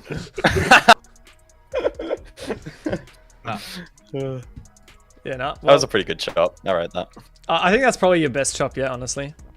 It gets better every week when you think about it. It's why it got rated the 2021 esports product show of the calendar year. There Did you you go. get like a little trophy for that, or just put it in the Twitter yeah. bio? Yeah. That Put it in the Twitter bio. Yeah, I can say that I won an award. It's official. Just don't mention what the award is. All right, moving on. Bit of better to that one. Like it. All right, moving on. So, standings as they currently sit as of the end of Playday 5, so this is going into Playday 6. Here it is. Bliss copped their first not complete win. thanks to you boys, Speca. Win Yep. OT means they're only on 14, not the maximum 15, but 14 out of 15. Like, I'm pretty sure that 14 point. I have to double check what the max of stage 1 was, but I'm pretty sure I think the number 1 team in stage 1 only had like 14 points. So Yeah, 14 nights. yeah, so like Bliss have 2 games to go and they've already hit the number of points that. So they're gonna lose the next 2 weeks, boys. Lock it in. 14 is the cap. Yeah, well, apparently. Yeah, so obviously them in number 1, Chiefs, Knights, Order, Ruffle currently in the playoff spots, Wildcard missing out, LFO and Rhythm at the bottom, no surprise there. Look, is this how we expected going into the stage? I didn't expect the numbers to be that pumped for Bliss. I expected... I can't say where I expected Wildcard to be. They're still a Wildcard to me. There's still too much uncertainty, but I definitely expected Chiefs or Knights to be the number 1.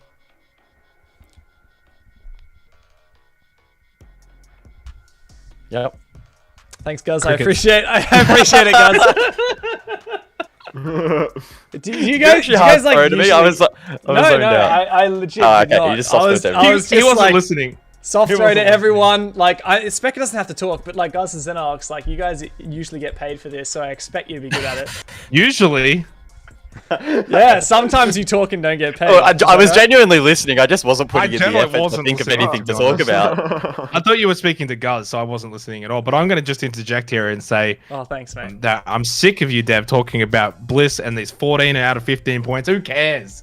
If they're missing 1 point, they're still flawless. They're still going to go 7 and zip. It just has a 1, and it's going to be a 6 and 1 and 0-0. That's all that matters, right? They're going to be not losing another game from here. Chiefs will take 2nd, Knights will take 3rd, Order will take 4th, and a Rufflecopter. I mean, like, honestly, the only thing that's going to move with these standings is Wildcard and Rufflecopter, right? Who's going to get that 5th spot? Because, like, I don't think anyone from the top 4 is dropping out. I can't see a world in which any of those teams miss playoffs. So who's missing out? Ruffle or Wildcard? I'm going to go to you on that one, Speca. Who have you got? Shit, who do they play? Ruffle or Wildcard? No, but like, who do they play? So Wildcard's Wildcard got have... Knights and Ruffle. And Ruffle's got Bliss and Wildcard. I don't know, honestly. Like, They play each other. Surely their match can will literally- be 4. I don't know. That'll be probably one of the better matches to watch of the next That week. last Friday play, 7, bro. baby. Holy shit, it's gonna be That's so gonna be good. Tantalizing. It's going to be gas. Except for the final game. The final game doesn't No, matter. it's a fight for last. So like literally all of the games. So final Playday, obviously, like we'll dig into Playday 6 in a minute because that's the next one. But after that, Playday 7, Wildcard Rufflecopter, Knights Order, Bliss Chiefs, LFO Rhythm. That is literally Wildcard. It's like 1 versus 2. No, sorry. Yes, it's 1 versus 2, Yes. 3 versus 4, 5 versus 6, and 7 versus 8. As of now. At the moment, yeah. Nice. We're still That one play works. left. Yeah. Which will change things. Inevitably. Well, I think Surely, Playday right? 6, honestly, is kind of boring. I shouldn't say that. Still coming to watch, you know, you got the best casters and Yeah, all that still shit. coming Like, to you got The Knights, Blokes the on the Knights card. I don't think it is. Should be okay. Order will just delete Rhythm. Yeah. They'll be gone. Chiefs will delete LFO, and I think Bliss Ruffle. If Bliss continue to play the way that they've been playing, that's probably not even contest either. But look, Playday 7 though, big thumbs up for that one. You know, 7's gonna be the fizzler now that you've. We're you've doing said both, that. aren't we, guys? Right? We're doing 6 and 7. Yeah. Yeah, I I'm just doubling up. Stretch my legs for the rest of the Save the stage best now. till last, as they say. That's it. That's it. Yeah, look, the thing that I guess is important to hammer across the line, I mean, Zenox, you're kind of saying, oh, it doesn't really matter from here. These are the teams that are going to be there, maybe off the wild card. But, like, let's be real. This format, Gauntlet, every placing matters. Like, whoever takes number 1, and it may be determined by that Chiefs Bliss game in Playday 7, they just go straight to the grand final. Whoever gets number 2, like, gets straight to the preliminary final. Like, every placing that you get above 4th, so 1st, 2nd, and 3rd, gives you a free game in the playoffs. And like the more prize money. The other thing to remember as well is even though LFO Rhythm might be a sleeper game 7v8, there are still stage points on the line for end of year standings. So 7th, for example, in each stage gets 5 points, 8th gets 3. So you know it's only a 2-point gap, but you never know how fine those margins will come down to when it comes down to relegations at the end of the year. So, yeah.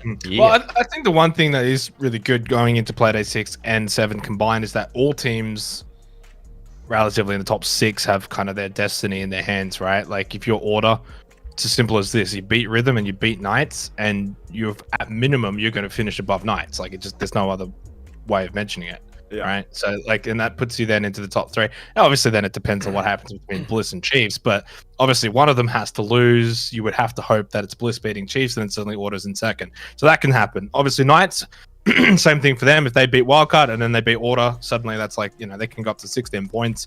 So you're looking at probably second, if not first, depending on what happens with Bliss. Obviously, as we know, Bliss have got their own destiny. Chiefs will have their own destiny. And then for Wildcard and Rufflecopter, well, it's not the same in terms of leapfrogging into the top 3. It's as simple as whoever beats each other in that 7th play day will go to playoffs. Like, I don't think there's any other way to look at it. I don't think I have Wildcard beating Knights. It can happen theoretically, but even if they then do beat Knights and then lose to Ruffle's going to have the edge over them anyway, right? In any sort of tiebreaker scenario. So it still doesn't really matter. That's what I'm trying to say.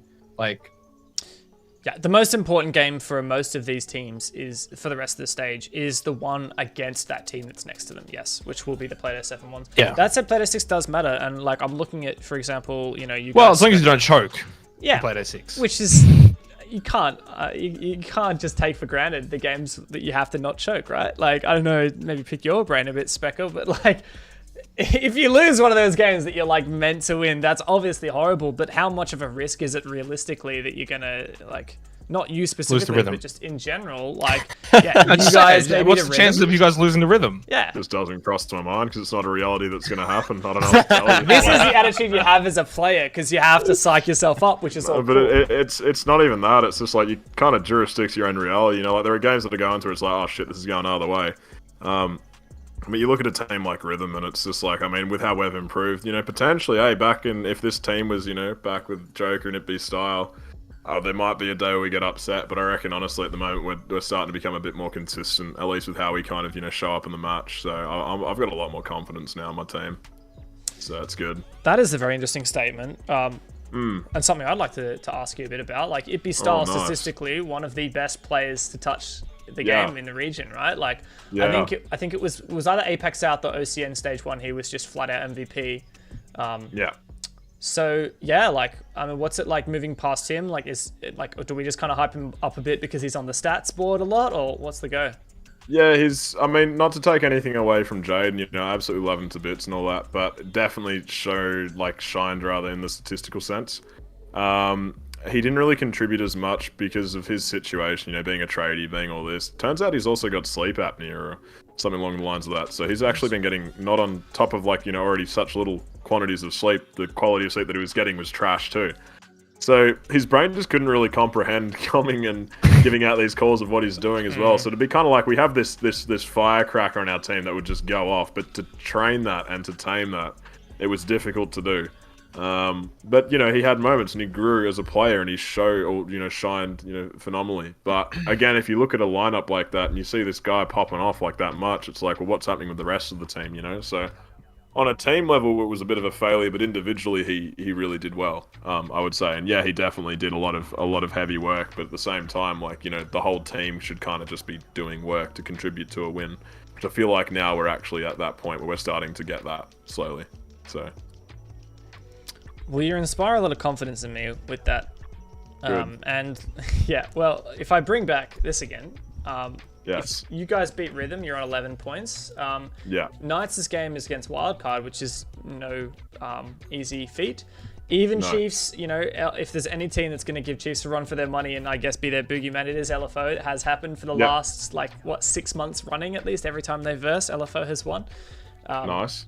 Yep. Yeah, I mean, I'm hyping you up, Speca, so you better run with this. Good. And then you play Knights. Look, there is a chance you end in second place. 100%. Knights playing Wildcard and Chiefs playing Bliss. Like, there's definitely a serious reality where they don't get their max points there, and you could definitely leap over both of them. For sure. Yep. That's it. I'm running. I'm chasing. That's it. All right. No, well, there definitely is. I don't know. I mean, of course, the Rhythm game, we're just going to play that game and just, smash them out. Get that done. Then focusing on, of course, the South League, but also, we'll focus on OCN for now. with Knights per se. I don't know. We're kind of going to treat it similar to how we treated Chiefs. I literally see every Australian team. I don't see it as a top heavy between Chiefs and Knights. I see it's literally all 4 of us teams, and whichever team wants to show up on the day wins. It's literally it. Like, you know, you can't say there's a definitive best team. I think it's a relatively, you know, tightly contested league. Yes, Knights have statistically done better in the past, but again, I believe that team's just been... I don't know what happens behind the scene, but they've got a really strong team. They've got a real strong foundation. I don't know how much work each of them put in on an individual level, or if their support staff do a lot of work, but it seems like everyone kind of contributes evenly on that team. But not again, like I'm not concerned of a certain team. I'm not really scared of a team where it's like, oh geez, we're really going to struggle against these guys. It's just another match. You know, potentially in the past I may have viewed it as a negative sense, but more so now, it's like, yeah, as I said, it's so tightly contested. It's just on the day who rocks up and who wants to kind of, you know, win and who hits their shots and what happens on the day. Did you kind of follow on through, or anything can really happen, I suppose, gents. But yeah, I don't know. Like, there's definitely a reality where we play second, and I don't know, I feel pretty confident about that. So. Is the mindset different though when you're going up against Rhythm this week for Playday 6 versus then going up for Knights in Playday 7? I mean, it has to be slightly different, right? Like, without being too disrespectful to Rhythm, and obviously as a competitor, you always want to go in and say, hey, let's not, like, you know, completely take these guys for granted. But there is probably a slight difference when you're preparing for Rhythm and preparing for Knights. Yeah, I'd say so, potentially. But again, it's like, I don't know, it's a game. Sure, there's maybe certain things that you can do against certain individuals if you know little, like, niche things that people will do, or you know kind of how a team likes to push and all that stuff. But I don't know, I reckon just, you know, play your guns and stick as your team and play as your strong and just play your strengths, and that's pretty much all you can do, right? Of course, there's something to be said for, like, not underestimating an opponent, but that aside, I think you'd probably be the first one to agree, Speca, that, like, when you're going into a game that you're clearly favored in, the worst thing you can do is overthink it, and you just kind of just go in and just smash it out. Play your game, because that's what you're good at, you know? Don't have to do anything special to win. If it ain't broke, don't fix it, gentlemen, you know? Just keep it going as it's going, and I think in Siege, holy shit, absolutely, it's a game where you can just overcomplicate things. And I mean, that's an issue why we lose 5v3s. We overcomplicate it. Just fucking keep it simple. Just watch your flanks or push a certain bit of ground and achieve something, play that number advantage per se. So I think, yeah, there's not really too much difference that goes into the prep between Knights and Rhythm. If it was a BO3 and a playoff game, then that's different.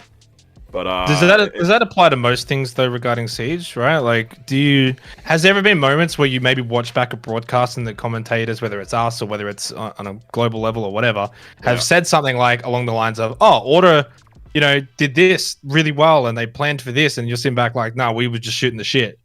I mean, I go back to when we had a really good season. The end of last year, was it? I forget what stage that was or what that was. That was like, I think it was OCM was the only league we were competing in at the time, right? Yeah, it would have been.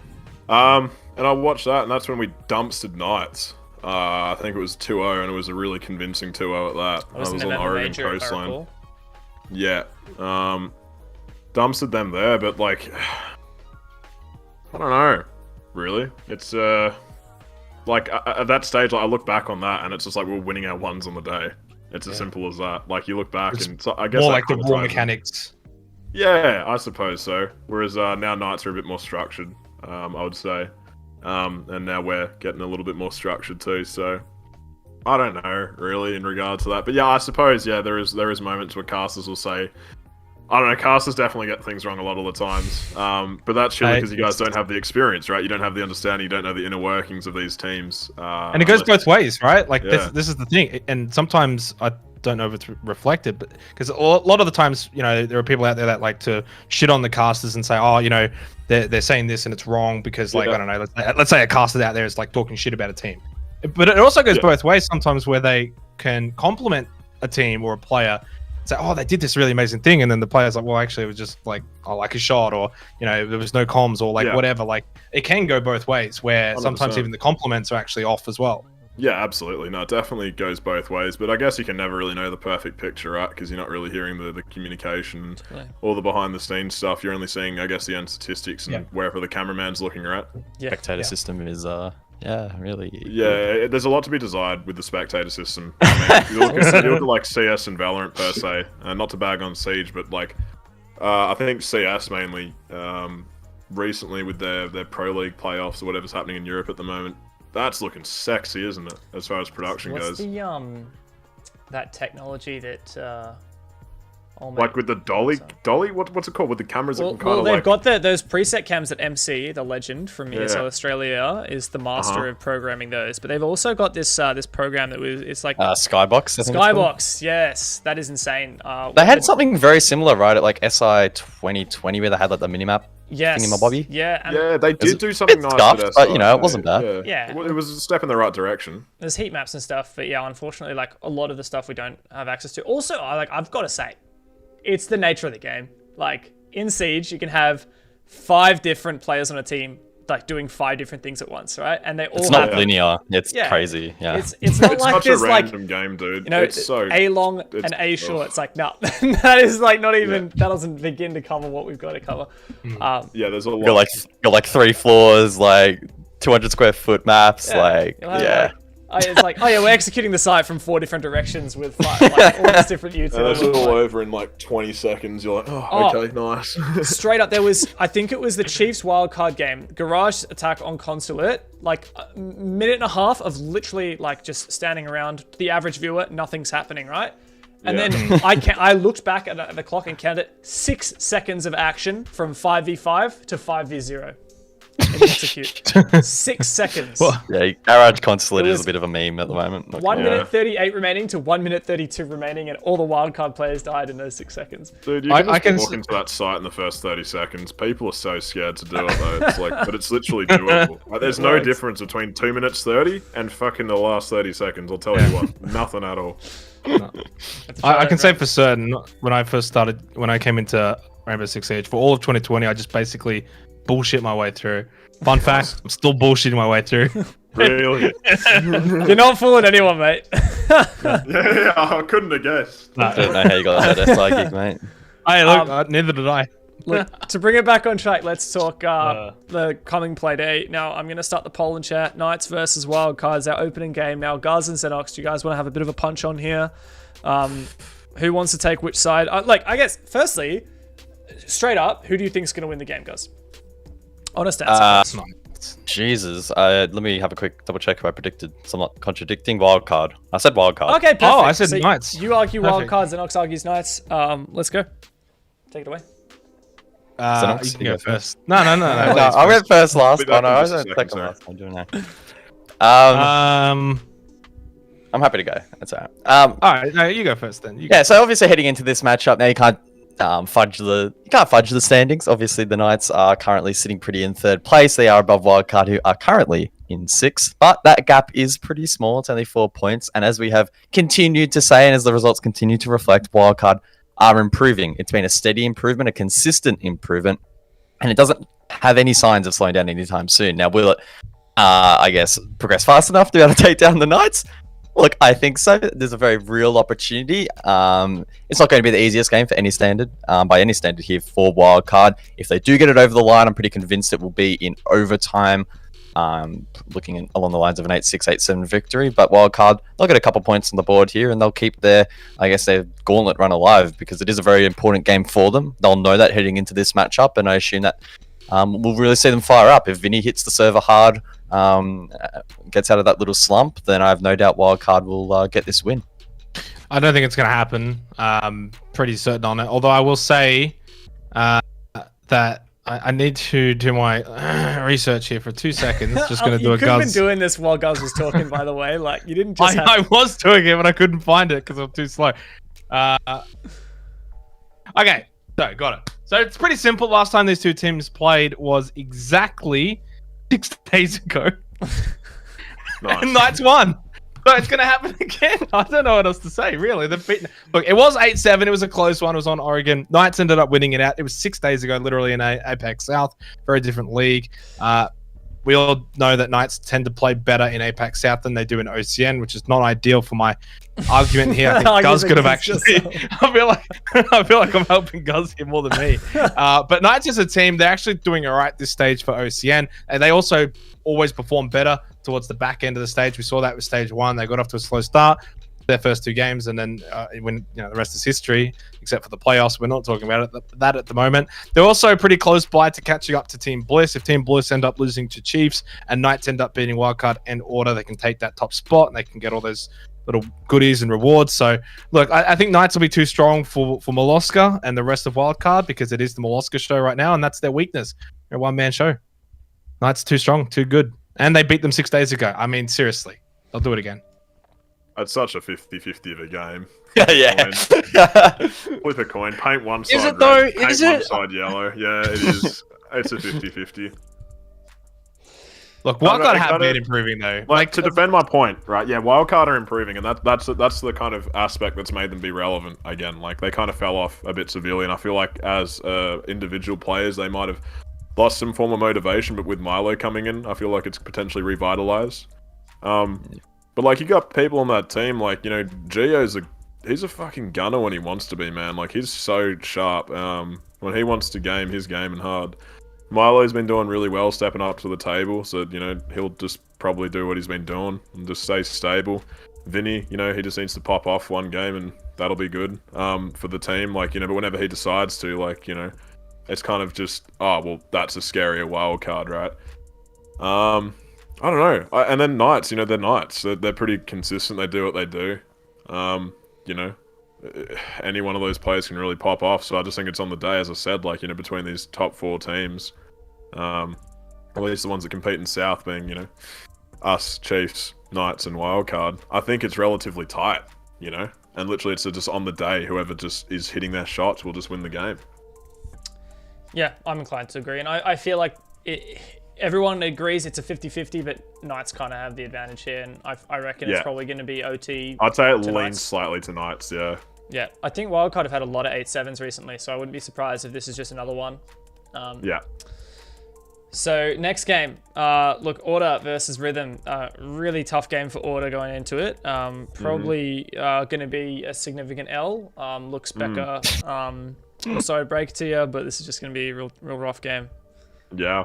Terrified. Someone clip it if it does happen. Then no. You know why. Yeah. I'm not Thanks, gonna. Dev. I'm not going to leave this poll up for too long, but we do have the Twitch poll for this one as well. Get your votes in real quick. Let's see. We have our 10 votes already. It's a 60-40 to Order. That's so we got some. Where's the Order army at? Jesus Got Christ. some Rhythm sympathizers in the chat, I guess. Oh, good on them. All right. So next one. LFO Chiefs. Will the Boogeyman continue to Will the Bogeyman continue to bogey, or will Chief do the boogie? Chiefs. The Chiefs should win that. I'm so glad that we're casting this game and not you, Dev, because that was shit house, whatever that. I'm trying to like type that the little poll pun on my game laptop, was. That like, was at the not same time. not ideal. That, but yeah, it's not looking. It doesn't look good for LFO, but I mean, it is that exciting storyline to cling on to. Is for whatever reason, as Digital said, LFO they're just shit against them. So I don't know. Chiefs are definitely susceptible to cracking under pressure, and if they don't look confident in the server, it's pretty obvious. So those first few rounds are going to be really critical. If they get those on the board and get over that little hump, I mean, they'll be fine. It'll be an easy win. But if LFO somehow put up a bit of a fight to start things off, then I think the gloves will be off in that one a little bit. Chiefs win this easily. Yeah, LFO did have one good game against Roffelcopter at the start of the season, and we were like kind of surprised because we definitely didn't expect that. They played pretty well. The thing with LFO, right, is they were kind of terrible in stage 1, like relative to the rest of the league. They were that team at the bottom. And then they lost their best fragger to Bliss in Jigsaw. And like, if anything, I guess the stage 1 LFO was a team that left a lot to be desired, but at least they had, I guess, like a kind of X factor of like, if a team feeds them a little bit, like they have the confidence, in particular with Jigsaw, to just kind of lap it up. And I just don't know if they have that this stage as much. My first question is like, what roster are they playing with? Will who was it that subbed out for Enigma? I'm having a blank right now. I don't really know. I'll be able to remember if I look at the roster. Let me, one sec. Didn't you cast it? I did. It was AFX. But yeah, mate, I can't remember everything. It was AFX. It was a pretty quick game. It was a pretty quick game, Exactly. mate. It only lasted about 8 minutes. Didn't have a lot of time to think about it, if I'm honest. Yeah. So look, that's that. I will just mostly be looking at LFO and whether they can, I guess, salvage their stage, because they will be going against Rhythm in the final play day, and that's another important game, as you said earlier, guys. Like, when it comes to the end of year standings, you got to make sure you have good standings through each of the stages, otherwise you're in that relegation spot at the bottom. And you know, there are some OCL teams that'll be chomping, looking for that other spot. So final game, Rufflecopter v Bliss. This is a grudge match from the playoffs of stage 1, where Rufflecopter had that pretty crazy Dark Horse run, and well, it's not playoffs this time, but what are you guys feeling? I'm still gonna say Bliss.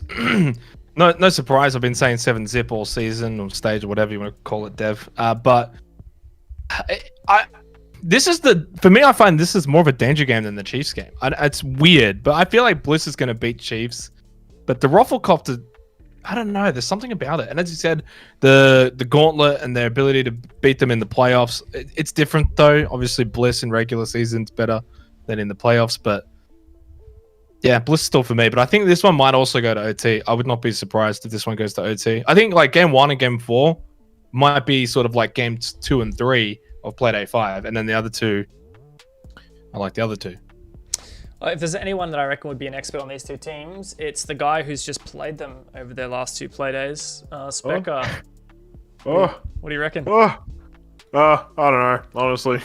Between Ruffle, like, we didn't really have a great fairing against them on Cafe, I don't think. It really depends, I guess, like, they both have a relatively okay Cafe. I think you might see it go to a more default kind of map. You wouldn't see a coastline. You'd probably see these guys versus each other on a villa or an Oregon, I would say, to be honest. Yeah. I feel like Ruffle, maybe even a club, but one of those 3 kind of more linear maps, I'd say. Again, on the day, it just depends who kind of wins. That's a good bit. I should use that in my own caster analysis. I think whoever gets more points in the games probably wins. That's what it comes down to, though. Literally, like on the day, like, is it going to be Repix and Jigsaw just going off, and is Oda gonna get some accompanying frags, or will it be Todd, or will it be Shade? And on Ruffle, is Boydie going to pop off? Is Bouncing going to pop off? And then are they going to be supported? Like, is OJ going to have? He's a player that usually accommodates them and has an okay game every so often, and it's I don't know, like, we say that this is a bit of a discarded kind of playoff, but you've really got 2 interesting matches this week in the Knights wildcard, and I think the Ruffle Bliss is pretty easy to say that this is going to be an interesting game to watch, but I don't know, I don't reckon you'll see a stomp. Unless you see, I think if there is going to be a stomp, it'll be Ruffle getting stomped, and that's because they don't show up, but I do see it being a contested match, and I would say it. I feel like there's some blood between these teams, is all I'm going to say, that they want to get settled. So I know that from behind the scenes. So their stage 1 game was heated, bro. Remember? Yeah, that exploded on Twitter. Jeez, I actually had forgotten about that. Bit of a rivalry there. Yeah, there's a bit of rivalry, and then I think Ruffle dumpstered Bliss in a BO3. So the cheeky bands, that's what I like to see. Yeah, I think Bliss is a team that is very different to that. I think even stage 1 team. I think they've matured a little bit. Well, Jigsaw comes in, and I think has added that extra firepower. Yeah, and we've seen that this stage, where you look at their round differential plus 14, like they're winning games.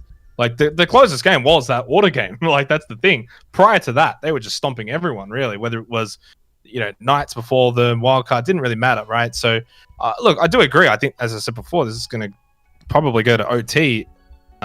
But I still have Blizz coming out on top. But Ruffle can easily win it, and as like I said, it just comes down to who's gonna shoot better. Who's gonna win? Like, Ruffle will either contest really hard, or they'll be the team that'll fall a bit more flat. I would say. I feel like Bliss potentially in a state right now. They've got that momentum and they've got that desire to be like, oh, we can be undefeated this season. Let's prove it. Potentially, and Ruffle, whether or not they want to disrupt that, or I don't know what their psyche's like right now. I don't know what their full mental's like, but it all plays a massive role. Yeah, I'd say the only way I see Bliss losing this is if they they overthink it and they get a little bit overwhelmed by the whole trying to stay undefeated. I mean, all they need to do is just go in and play their game. It's been tried and tested, and it seems to be working pretty damn well. So pretty much, dude. Don't overthink it; they'll be fine. I think the pressure's definitely more so on Ruffle, and rightfully so. I mean, they're still fighting for their shot at the top 5, and that pressure will be even more so if Wildcard wins that first game of the night, because it will knock them out of the top 5. So I think Ruffles are almost like a bit of a sleeper team, and that's probably just me talking, but you reverse their LFO result from day one, they're on 10 points. Like they're sitting in 4th, and suddenly the way you almost view them as a team is so substantially different to how you would now at 7 points in 5th place. Must-win sort of game. So basically this sort of game, and then the wildcard one in Playday 7, these are games where they're trying to rectify that earlier loss to LFO rather than trying to extend and see if they can get a 1st or a 2nd place. They're just trying to rectify that loss. Yeah, they're playing catch-up, right? And I think Boydie, said it at some point in one of the interviews, that loss to LFO really, set them back quite a bit in terms of points or expected point gain. LFO hasn't won a game since that match, right? It's the only reason why they're on 3 points. And the only reason why they're not last. So if you look at then Ruffles' results after that, they beat the Chiefs. They went 7-5 to Knights. They lost that, but, a bit of a toe-to-toe sort of game. They defeated Order in OT. Let's be real, they should have lost that one in regulation.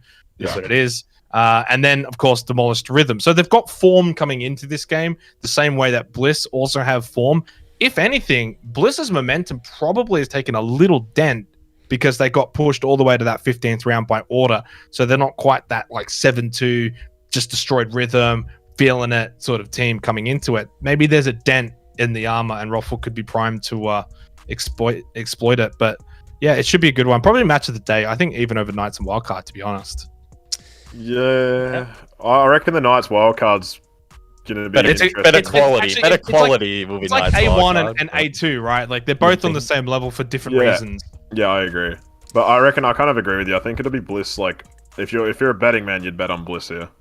But I wouldn't discount Ruffle. I've just backed it in. I noticed I hadn't done my snowball predictions yet. I just messaged Ducky and I've locked it in.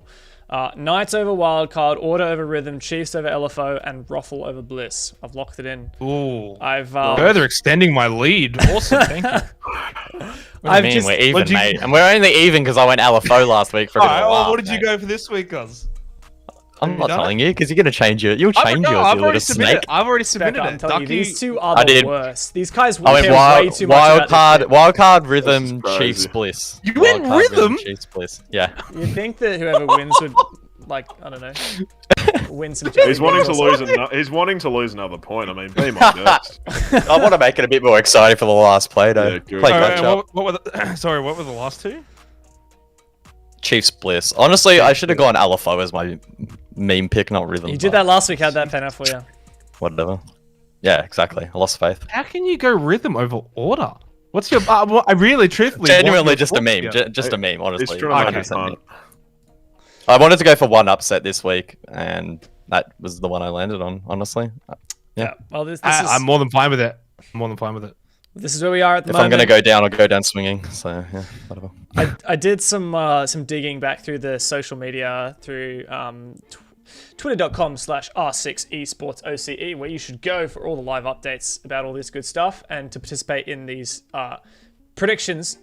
Now, Twitter, believe it or not, has a correct prediction rate as low as Ducky. They've only had 12 right out of 20 so far.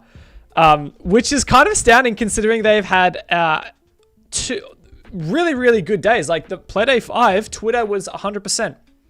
Playday 4 and 3, they got 3 out of 4. But Playday 2, they didn't get a single one right. And the real problem comes from one of them. One of the matches, it was Order versus, I don't know, who did Order play in who did you play in your second Playday? Let me check. LFO. Was it? Yeah. LFO. So Order LFO, the Twitter chat was 50-50 split, the Twitter poll. And I can't give them a win for that. Really? So yeah, literally straight up 50-50. I didn't see how many. Oh, it was a semi-close game. It was a 7-5. Oh, true. That was off the back of Order getting slapped by Chief. So, and LFO beat Ruffle. So really, if you think about it, yeah, going into that game, a bit different. Yeah. We're smarter than Twitch chat, so Twitter, not Twitch we're never wrong as not Twitch. Best duocaster again at the top spot. It happens every stage. We're just the best. That's the thing. I can drop a game, let you win, and we'll still be the best duo. So it's the perfect storyline. All things will be balanced, as they should be. Whatever, mate. All right. Well, it is that time of the night where I start to draw these giveaways. So we have 3 R6 credit codes, each containing 1,200. That should be enough to buy the battle pass. You get access to the new operator, Thunderbird, and can do all that good stuff. So I'm gonna type !giveaway in the chat. Your last chance, actually no, because I think we have a little bit of delay. So your last chance has already passed by this point. Since you see the !giveaway in chat 3 minutes ago, make sure you do it now, because I'm gonna draw the thingos. So make sure you type "Let's go Speca!" ! Let's go. Do you like it, Speca? I was thinking of you. It's been getting me hyped just the whole time, just saying it. Oh, inspirational. All right, I have the first winner. I'm just gonna make a note of this. I'll reach out to you guys after the stream is over. I'm rolling for the second winner. So Malaga Dana won the first one. Oki won the second one, and the third one was Mr. Critters. So since we do have a bit of a delay on the stream, like, I guess actually, you know what? If you guys give me a second. Yeah, no, I'll just reach out to you guys after the stream and we'll sort that out for you. I think that's the best way to do this. Oh. Righto. All right, well. Imagine getting a DM from Dev Marta. Gee whiz. Nah, you'll be getting a DM from Rainbow Six ANZ, even better. Whoa. Because they're actually partnered, unlike Dev Marta. So I think me and Raven are the only ones, right? Yeah, well, Raven just got it through. No, Manic is as well. Well, Manic, I think he changed it to the wrecked account. No, he didn't. He didn't end up doing that. Oh, didn't? Oh, okay, there you go. He got wrecked partnered by itself. No, the difference is that connections. Manic and Zenox actually earned their Twitch tick, whereas Raven just joined Darksided and they gave it to him for free. I don't think man streamed once in his life, honestly. But yeah, look, any other things you want to talk about? Any other matches or anything before we start to tie it up, boys? I'm Gucci. All right. Speca, any words of wisdom or mantras? Is there a new 95% mental you can think of? Not to put you on the spot or anything. Just slow down. Not quite. Just take it easy, boys. Take it as every day as it comes. Don't get too overwhelmed by the greatest scheme of things. Just try to enjoy the moment, you know? And that's pretty much it, eh? Have you ever considered doing audiobooks or podcasts? Because I reckon... You reckon it'd be soothing for people? I would honestly listen to that every night before I go to sleep. Maybe that could be my option. Instead of doing OnlyFans, I could just do audiobooks. It might be a bit more modest. I'll be a tier 1 subscriber to that. Oh, good. I'm on. I'll get it done. So, if people want to keep appraised of Mr. Speca and Order, where should they go? Well, of course, if you want to follow me, check on down. Where is it? Oh. Yeah, what? He's getting there. Yeah, you got it. Anyway, check out my Twitter, @SpecaDude. I don't really stream as much as I used to. My internet's kind of shit, which sucks. But yeah, pretty much just Twitter's where I'm at. But if you want to catch Order, just @OrderArmy on Twitter.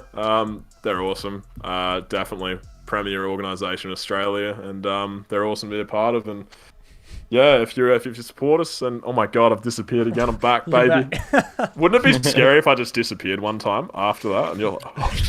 Where'd you go? Next time it happens, just like grab your headphones and run. Yeah, well, I'll just duck under, just be gone. But yeah, if you support us, much love. Appreciate you all a lot. Thanks, lads, for bringing us onto the show. Really enjoyed being on here. Hope I wasn't, too awful. I wonder, have I taken Manic's job? You're better than Manic, so yeah. Okay. Shit, sorry, mate. It's not easy. It's not. I mean, the bar was semi-high. I would say it was too high, but nice. Contract will be coming in the mail next week. That's pretty much it. But no, huge shout outs to everyone. So just happy to be here, kind of. So cheers, boys. Kind of. I'm taking it as it comes. We got kind of. I'll take that. Now, Guzz and Zenox, you guys are casting the next Playdate. Yes. Any words of wisdom? It is on July the 16th. That is 4 days from now. What day is that? 1, 2, 3. That is a Friday. This Friday night on this channel here, twitch.tv/Rainbow6ANZ or twitch.tv/Rainbow6Bravo. We actually had equal viewership last week across both channels, which was pretty cool. I'm all about that Rainbow 6 ANZ channel. That's where the OGs are at. So you should just get Rainbow Six Bravo to host the other one. Hosting's not the same, dude. It's not the same. whatever, you can figure things out. Look, yeah, be there or be square. 16th of July, play day 6, and then 7 days later is play day 7. Cool, good on you. And then we have playoffs coming up as well. I'm half expecting Speca to be gone when the camera fixes. I did it, but it just wouldn't come back on. It's probably gone. That's Oh actually my gutting. God. Surely you can like wave in front of the camera or something. It would fix it. I'm trying. It's oh. It's making it worse. I can't That's close, so you can't insane. even see you, bro. Help! I'm stuck. Well, now that we've plugged OCN next week, of course, Reload will also be every Monday night, 9:30 p.m. AEST. A late night show. There we go. Whoa! He's made it through. So make sure you guys are watching that. I also do weekly MVP interviews, so I'm going to have a chat to Jigsaw tomorrow. That'll be up on Twitter on Thursday, so make sure you're following R6 Esports OS.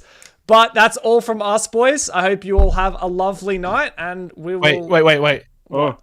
Is Manic back next week? He should be. I mean, he hasn't told me he's not back, so... Oh, right. I'll get that sorted. I might pay him a visit, you know. Yeah. We can Manic sort might it go, out, but he might disappear. We'll get that sorted out. Don't worry. Yeah, we'll see. I've also been chatting to a couple other good old folks from OCN, see if we can get them on at some episode. But if you want to know who our next guest will be, make sure you're following R6 Esports OCE on Twitter. And with that, see you guys next time. Bye.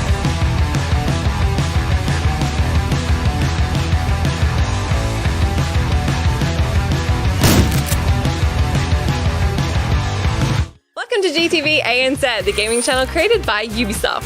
Every Tuesday and Friday on YouTube, we'll be doing fast plays, game challenges, 1v1 face-offs, and so much more. You happy? When did we get a dog? It's a good question.